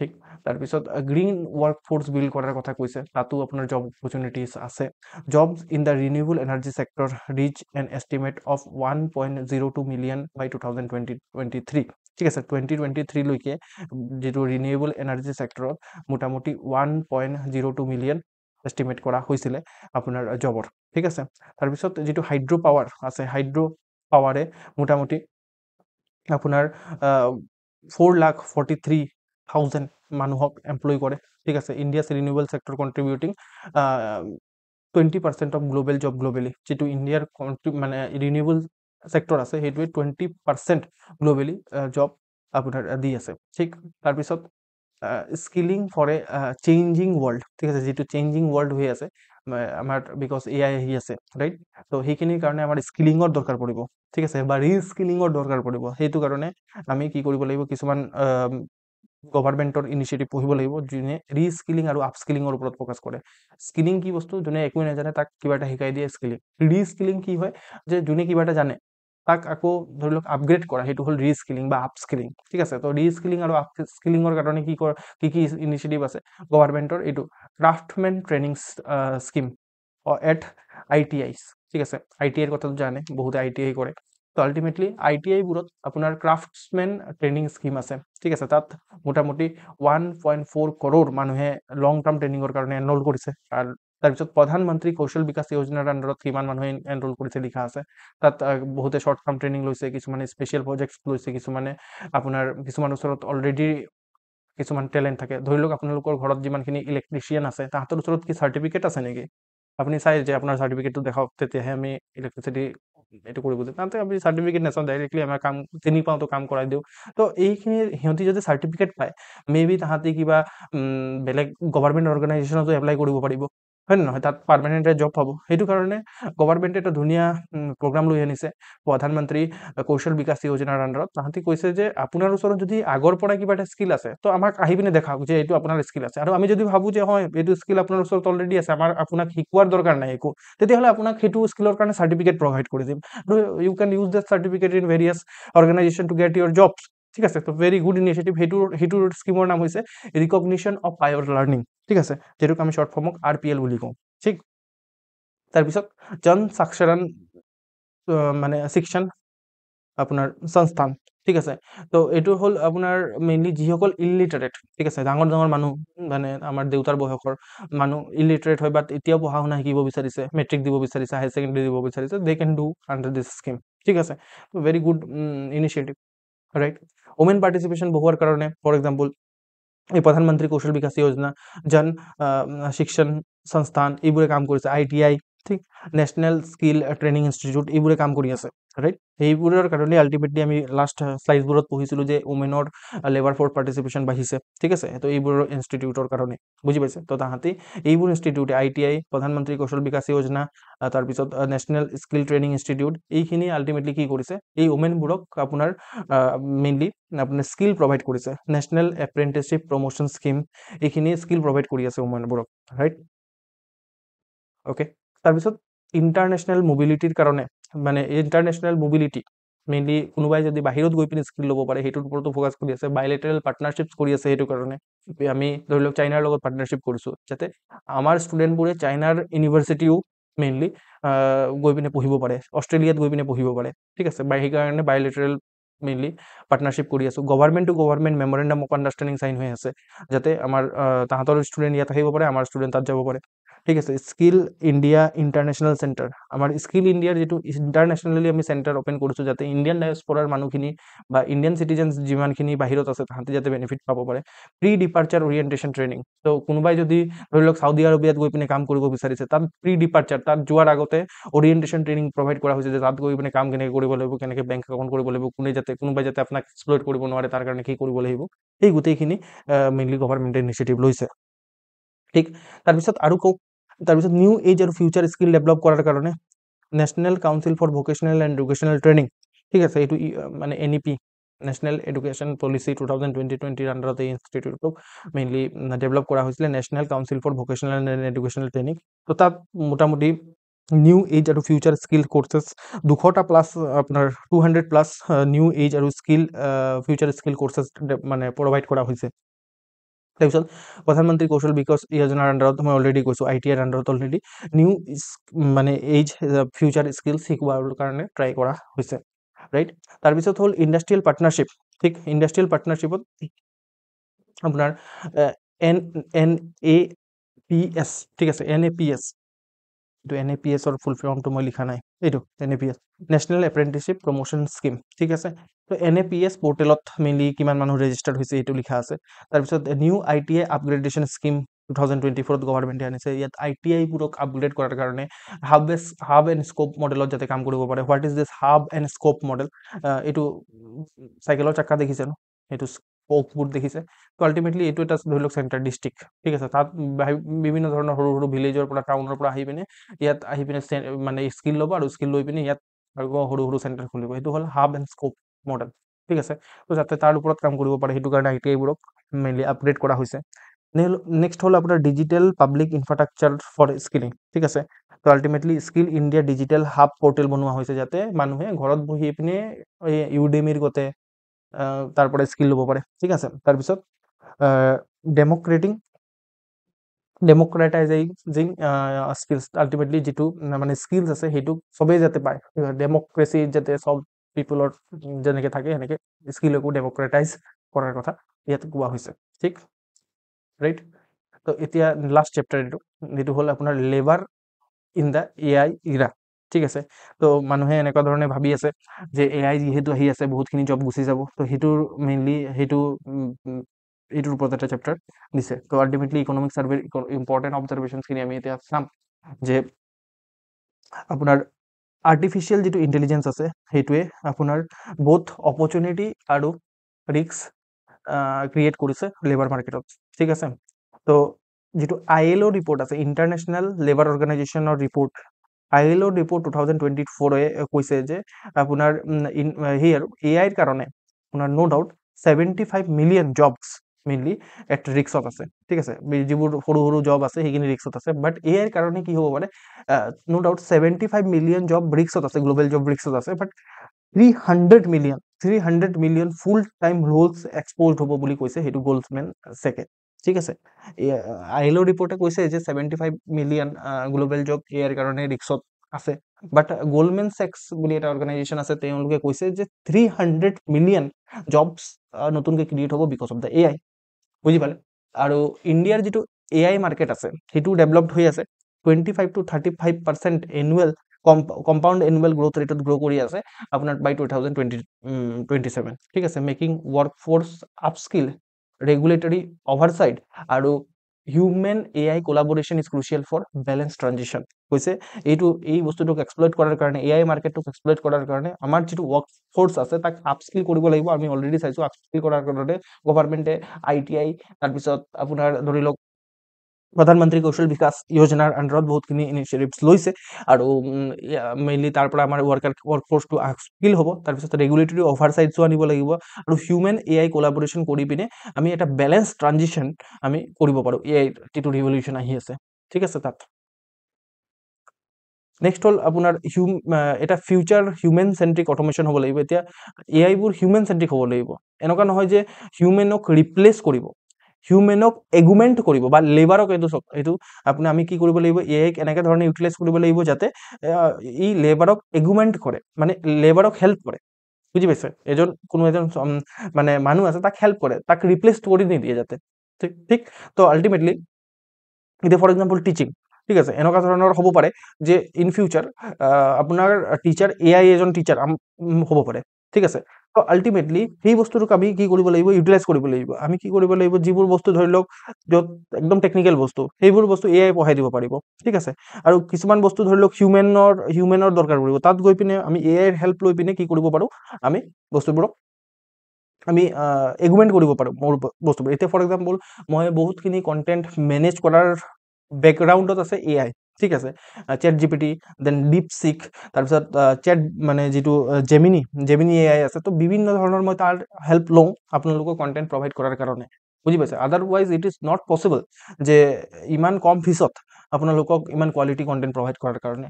তো ultimately it is we should thank to A I যে আমাক এগুমেণ্ট কৰিছে, মোক ৰিপ্লেচ কৰি দিয়া নাই, ঠিক আছে। তো আল্টিমেটলি মই উল্টা বেছি বেনিফিটেড হৈছোঁ এ আইৰ কাৰণে। তো সেই বস্তুটোৱে মেইনলি ইকনমিক ছাৰ্ভেত বুজোৱা হৈছে, ঠিক আছে। তো ইয়াত আপুনি বেলেগ বেলেগ জেগাত পঢ়িব যে অপৰচুনিটি আৰু চেলেঞ্জ দুটাই লেবাৰ মাৰ্কেটত আনিছে এআই, ঠিক আছে। তো আমি যিমানখিনি আমি দেখিছোঁ ইনফেক্ট পাষ্টত যিমানখিনি টেকন'লজি চেঞ্জেছ হৈছে সেইখিনিক আমি যদি কেয়াৰফুলি মেনেজ নকৰোঁ তেতিয়াহ'লে সেইটো পেইনফুল হ'ব পাৰে। ফৰ এক্সাম্পল ধৰি লওক আপোনাৰ পাষ্টত কেনেকুৱা ধৰণৰ টেকন'লজিকেল চেঞ্জেছ আহিছে। ফৰ এক্সাম্পল ইণ্ডাষ্ট্ৰিয়েল ৰিভলিউশ্যনৰ পৰা কি হৈছে যে ইণ্ডাষ্ট্ৰিয়েল ৰিভলিউশ্যন একটা টেকন'লজিকেল চেঞ্জেছ আহিছিলে, যেতিয়া ষ্টিম ইঞ্জিন আহি গৈছিলে, মেচিন আহি গৈছিলে। তো এইটো এটা টেকন'লজিকেল চেঞ্জেছ। তো তেতিয়া ধৰি লওক মানুহে সেই গৰু গাড়ী বা ঘোঁৰা গাড়ীৰ পৰা মানে মটৰ চাইকেল বা যেতিয়া মটৰ ইউজ কৰিবলৈ ষ্টাৰ্ট কৰিলে, তো তেতিয়া আপোনাৰ এইটো এটা টেকন'লজিকেল চেঞ্জেছ। তো সেইটোক যদি আমি ভাল ধৰণে মেনেজ নকৰোঁ সেইটো আমাৰ কাৰণে কি হ'ব পাৰে, মানে এইটো আমাৰ চেলেঞ্জ হৈ যাব পাৰে এইটো কাৰণে, বিকজ চেলেঞ্জ হৈছে অলৰেডি। আমাৰ পাষ্টৰ যিটো টেকন'লজিকেল ৰিভলিউশ্যন আছে আমি ভাল ধৰণে তাক মেনেজ নকৰিলোঁ, আৰু because of that we are fetching global warming and climate change নাও, ৰাইট? হয় নে নহয়? তো সেনেকুৱা ধৰণে এআইক যদি আমি ভাল ধৰণে মেনেজ কৰিব নোৱাৰোঁ তেতিয়াহ'লে ইন ফিউচাৰ আমাক লং টাৰ্মত প্ৰব্লেম দিব পাৰে। সেইটো কাৰণে ইয়াত ইকনমিক ছাৰ্ভেত লিখা আছে যে পাষ্ট আপোনাৰ technology revolution when not carefully managed have been painful with a long lasting adverse impact, যেনেকৈ ক্লাইমেট চেঞ্জৰ কথা ক'ব পাৰে। ইণ্ডাষ্ট্ৰিয়েল ৰিভলিউশ্যনক আমি ভাল ধৰণে মেনেজ কৰিব নোৱাৰিলোঁ, right? That's why. So mitigating the risks to India's labor market requires robust, enabling, ensuring and stewarding institution. তো আল্টিমেটলি এইবোৰক চব এআই বা নিউ এজ যিমানখিনি টেকন'লজিজ আহি আছে, তো এইখিনিক ৰেগুলেট কৰাৰ কাৰণে বা সেইখিনি ৰিস্ক কমোৱাৰ কাৰণে আল্টিমেটলি আমাৰ ওচৰত ৰবাষ্ট এটা ইনষ্টিটিউশ্যনৰ দৰকাৰ পৰিব। এনেকুৱা ধৰণৰ ভাল ইনষ্টিটিউশ্যনৰ দৰকাৰ পৰিব যোনে এই গোটেই বস্তুবোৰক হেণ্ডেল কৰিব পাৰিব, ঠিক আছে? ওকে, তো এইবোৰ কথা লিখা আছে। Careful deployment optimized over long horizon can ensure AI augment labor and deliver broad based societal benefit. তো আল্টিমেটলি আমি কি কৰিব লাগিব, আমি যদি কেয়াৰফুলি এই বস্তুটোক হেণ্ডেল কৰিব পাৰোঁ তেতিয়াহ'লে এইটোৱে আল্টিমেটলি যিটো ছ'চাইটিলি বেনিফিট দিব পাৰিব, হিউমেন চেণ্ট্ৰিক হ'ব পাৰিব এআই, বুজি পালে? তো এইটো কথাটো আৰ্গুমেণ্ট আৰু ৰিপ্লেচৰ কথা ক'লো মই অলৰেডি আপোনালোকক ক'লোঁ। এআই কি আপোনাৰ চেলেঞ্জেছ আনিছে, প্ৰেক্টিকেলিটি। ফৰ এক্সাম্পল এআই এতিয়াও এক্সপেৰিমেণ্টেল ফেজত আছে। তো আল্টিমেটলি আমি ৰিলাই কৰিব নোৱাৰিম ডাইৰেক্টলি এআইৰ ওপৰত। এআই কেতিয়াবা কিবা উল্টা পুল্টা আনচাৰ দি দিয়ে, ঠিক আছে? তো সেই বস্তুটো আমাৰ কাৰণে এটা প্ৰব্লেম, ঠিক আছে? প্ৰেক্টিকেলিটিত প্ৰব্লেম। মই অলৰেডি ক'লোঁ যে ৰিলাইবিলিটিটো প্ৰব্লেম আছে, ঠিক আছে? স্পেচিয়েলি যিমানখিনি আপোনাৰ ক্ৰিটিকেল ইণ্ডাষ্ট্ৰিজ আছে যেনেকৈ হেল্থ কেয়াৰ, ঠিক আছে? ধৰি লওক আপুনি আমি ইন ফিউচাৰ কি কৰিম, যিটো ভেহিকেল আছে, ঠিক আছে, ভেহিকেলছবোৰত এআই ইউজ কৰিম। তাত যদি কিবা এটা উল্টা পুল্টা মিছ জাজমেণ্ট হৈছে তো আল্টিমেটলি এক্সিডেণ্ট হৈ যাব পাৰে ন? ধৰি লওক আপুনি হেল্থ কেয়াৰত আপুনি এআই ইউজ কৰিব। ফৰ এক্সাম্পল ইন ফিউচাৰ চাব ৰবটে চাৰ্জাৰী কৰি আছে, তো ৰবটে যদি উল্টা পুল্টা কৰি দিয়ে কিবা এটা প্ৰগ্ৰামিঙত উল্টা পুল্টা হৈ গৈ, তেতিয়াহ'লে ৰিলাই কৰিব নোৱাৰিম মুঠতে। হিউমেনক যেনেকৈ আমি ৰিলাই কৰিব পাৰোঁ এআইক আমি এনেধৰণে ৰিলাই কৰিব নোৱাৰোঁ, ঠিক আছে? এইটো এটা প্ৰব্লেম, এইটো চেলেঞ্জ হয়, পিছত গৈ এইটো চল্ভো হ'ব। অ'কে, তাৰপিছত ইনফ্ৰাষ্ট্ৰাকচাৰৰ কথা, ৰাইট? তো আল্টিমেটলি সেই আৰু এআই কেনেকৈ বনিছে, আল্টিমেটলি ডাটাৰ পৰা বনিছে, হয় নে নহয়? চ' এই ডাটাখিনি মেইনলি আমি ক্লিন ডাটা দিব লাগিব, যি টি ডাটা দিলে নহ'ব। চ' ক্লিন ডাটা পাবলেন দিব লাগিব। এতিয়া যদি আপুনি উল্টা পুল্টা ডাটা দিয়ে উল্টা পুল্টা ৰিজাল্ট দিব আপোনাক এআই, হয় নে নহয়? ডাটাৰ ওপৰতে ডিপেণ্ড কৰে। তো সেইকাৰণে এই ডাটাখিনি ষ্ট'ৰ কৰাৰ কাৰণে ইনফ্ৰাষ্ট্ৰাকচাৰ লাগিব, ৰাইট? ইনফ্ৰাষ্ট্ৰাকচাৰ, তাৰপিছত ইয়াত আকৌ ৰিচোৰ্চেছৰো দৰকাৰ পৰিব। আল্টিমেটলি আমি জানো যে যেতিয়া আপুনি ChatGPT-ত কমাণ্ড দিয়ে তেতিয়া তাত তাৰ বেকএণ্ডত তাৰ ক্লাউডত এটা ছুপাৰ কম্পিউটিং এটা ডিভাইচ আছে। তো সেইটোৱে ছুপাৰ কম্পিউটাৰৰ সহায়ত এই বস্তুটো ৰেগুলেট হয়। তো ছুপাৰ কম্পিউটাৰত কিমান এনাৰ্জি খাব, গম পাইছে? তো সেইটো কাৰণে আপোনালোকেও মই ৰিকুৱেষ্ট কৰিম যে একদম সৰু সুৰা কামৰ কাৰণে ChatGPT ইউজ নকৰিব, ঠিক আছে? কিবা এটা ডাঙৰ কাম আছে সেইটো কাৰণে ChatGPT ল'ব, আদাৰৱাইজ নহ'লে বহুত বেছি এনাৰ্জিৰ কনজাম্পশ্যন হয় যেতিয়া আপুনি এইটো কৰে, ৰাইট? তো সেইটো এটা কথা। তো আল্টিমেটলি সেই এআইৰ কাৰণে যিটো চিপ দৰকাৰ পৰে, বুজি পাইছে? এআইক ট্ৰেইন কৰাৰ কাৰণে চিপৰ দৰকাৰ পৰে। সেই চিপখিনি ক'ৰ পৰা বনে? ৰিয়াৰ আৰ্থ মিনাৰেলছৰ পৰা বনে। সেই মিনাৰেলছখিনি আমি মাইন কৰিব লাগিব, বুজি পাইছে? তো ডেটছ এ চেলেঞ্জ ৰিচোৰ্চেছৰ। অ'কে, তো এইখিনি কথা। তো this is economic survey, okay? আৰু thank you to all of you যোনে এটেণ্টিভলি ক্লাছটোক এটেণ্ড কৰিছে, 3টা ক্লাছ পেচেণ্টলি শুনিছে, বিকজ মই জানো যে এইটো প্ৰথমবাৰ যিসকলে পঢ়িছে তাহাঁতৰ কাৰণে অলপ অভাৰৱেলমিং হ'ব পাৰে, বিকজ অফ আল্টিমেটলি APSCৰ কাৰণে প্ৰিপেয়াৰ কৰি আছে, এটা নথুকেইটাৰ এক্সামিনেশ্যনৰ কাৰণেতো কৰা নাই। তো আল্টিমেটলি ইউ শুড ৰিমেম্বাৰ দিছ, ঠিক আছে? এইটো ৰিমেম্বাৰ কৰিব লাগে আৰু ইয়াৰ পৰা কুৱেশ্যনছ আহিব, মই সেইটো আপোনালোকক কৈছোঁ, ঠিক আছে? তো ইকনমিক ছাৰ্ভে আমি এতিয়া শেষ কৰিছোঁ। আমি সোমবাৰৰ পৰা আমি কি কৰিম যে বাজেট চাম, ঠিক আছে? সোমবাৰৰ পৰা আমি বাজেট চাম। তো এনেকৈ কি কৰিম, এটা মানে চাংকতে আমি শেষ কৰি দিম বাজেট আৰু ইকনমিক ছাৰ্ভে, আৰু তাৰপিছত যেতিয়া অসম বাজেট আহিব আৰু অসম ইকনমিক ছাৰ্ভে আহিব, then we will see that also', right? আৰু বাকী তাৰপিছত আমাৰ ৰেগুলাৰ ক্লাছ কণ্টিনিউ হ'ব, right? Thank you so' much.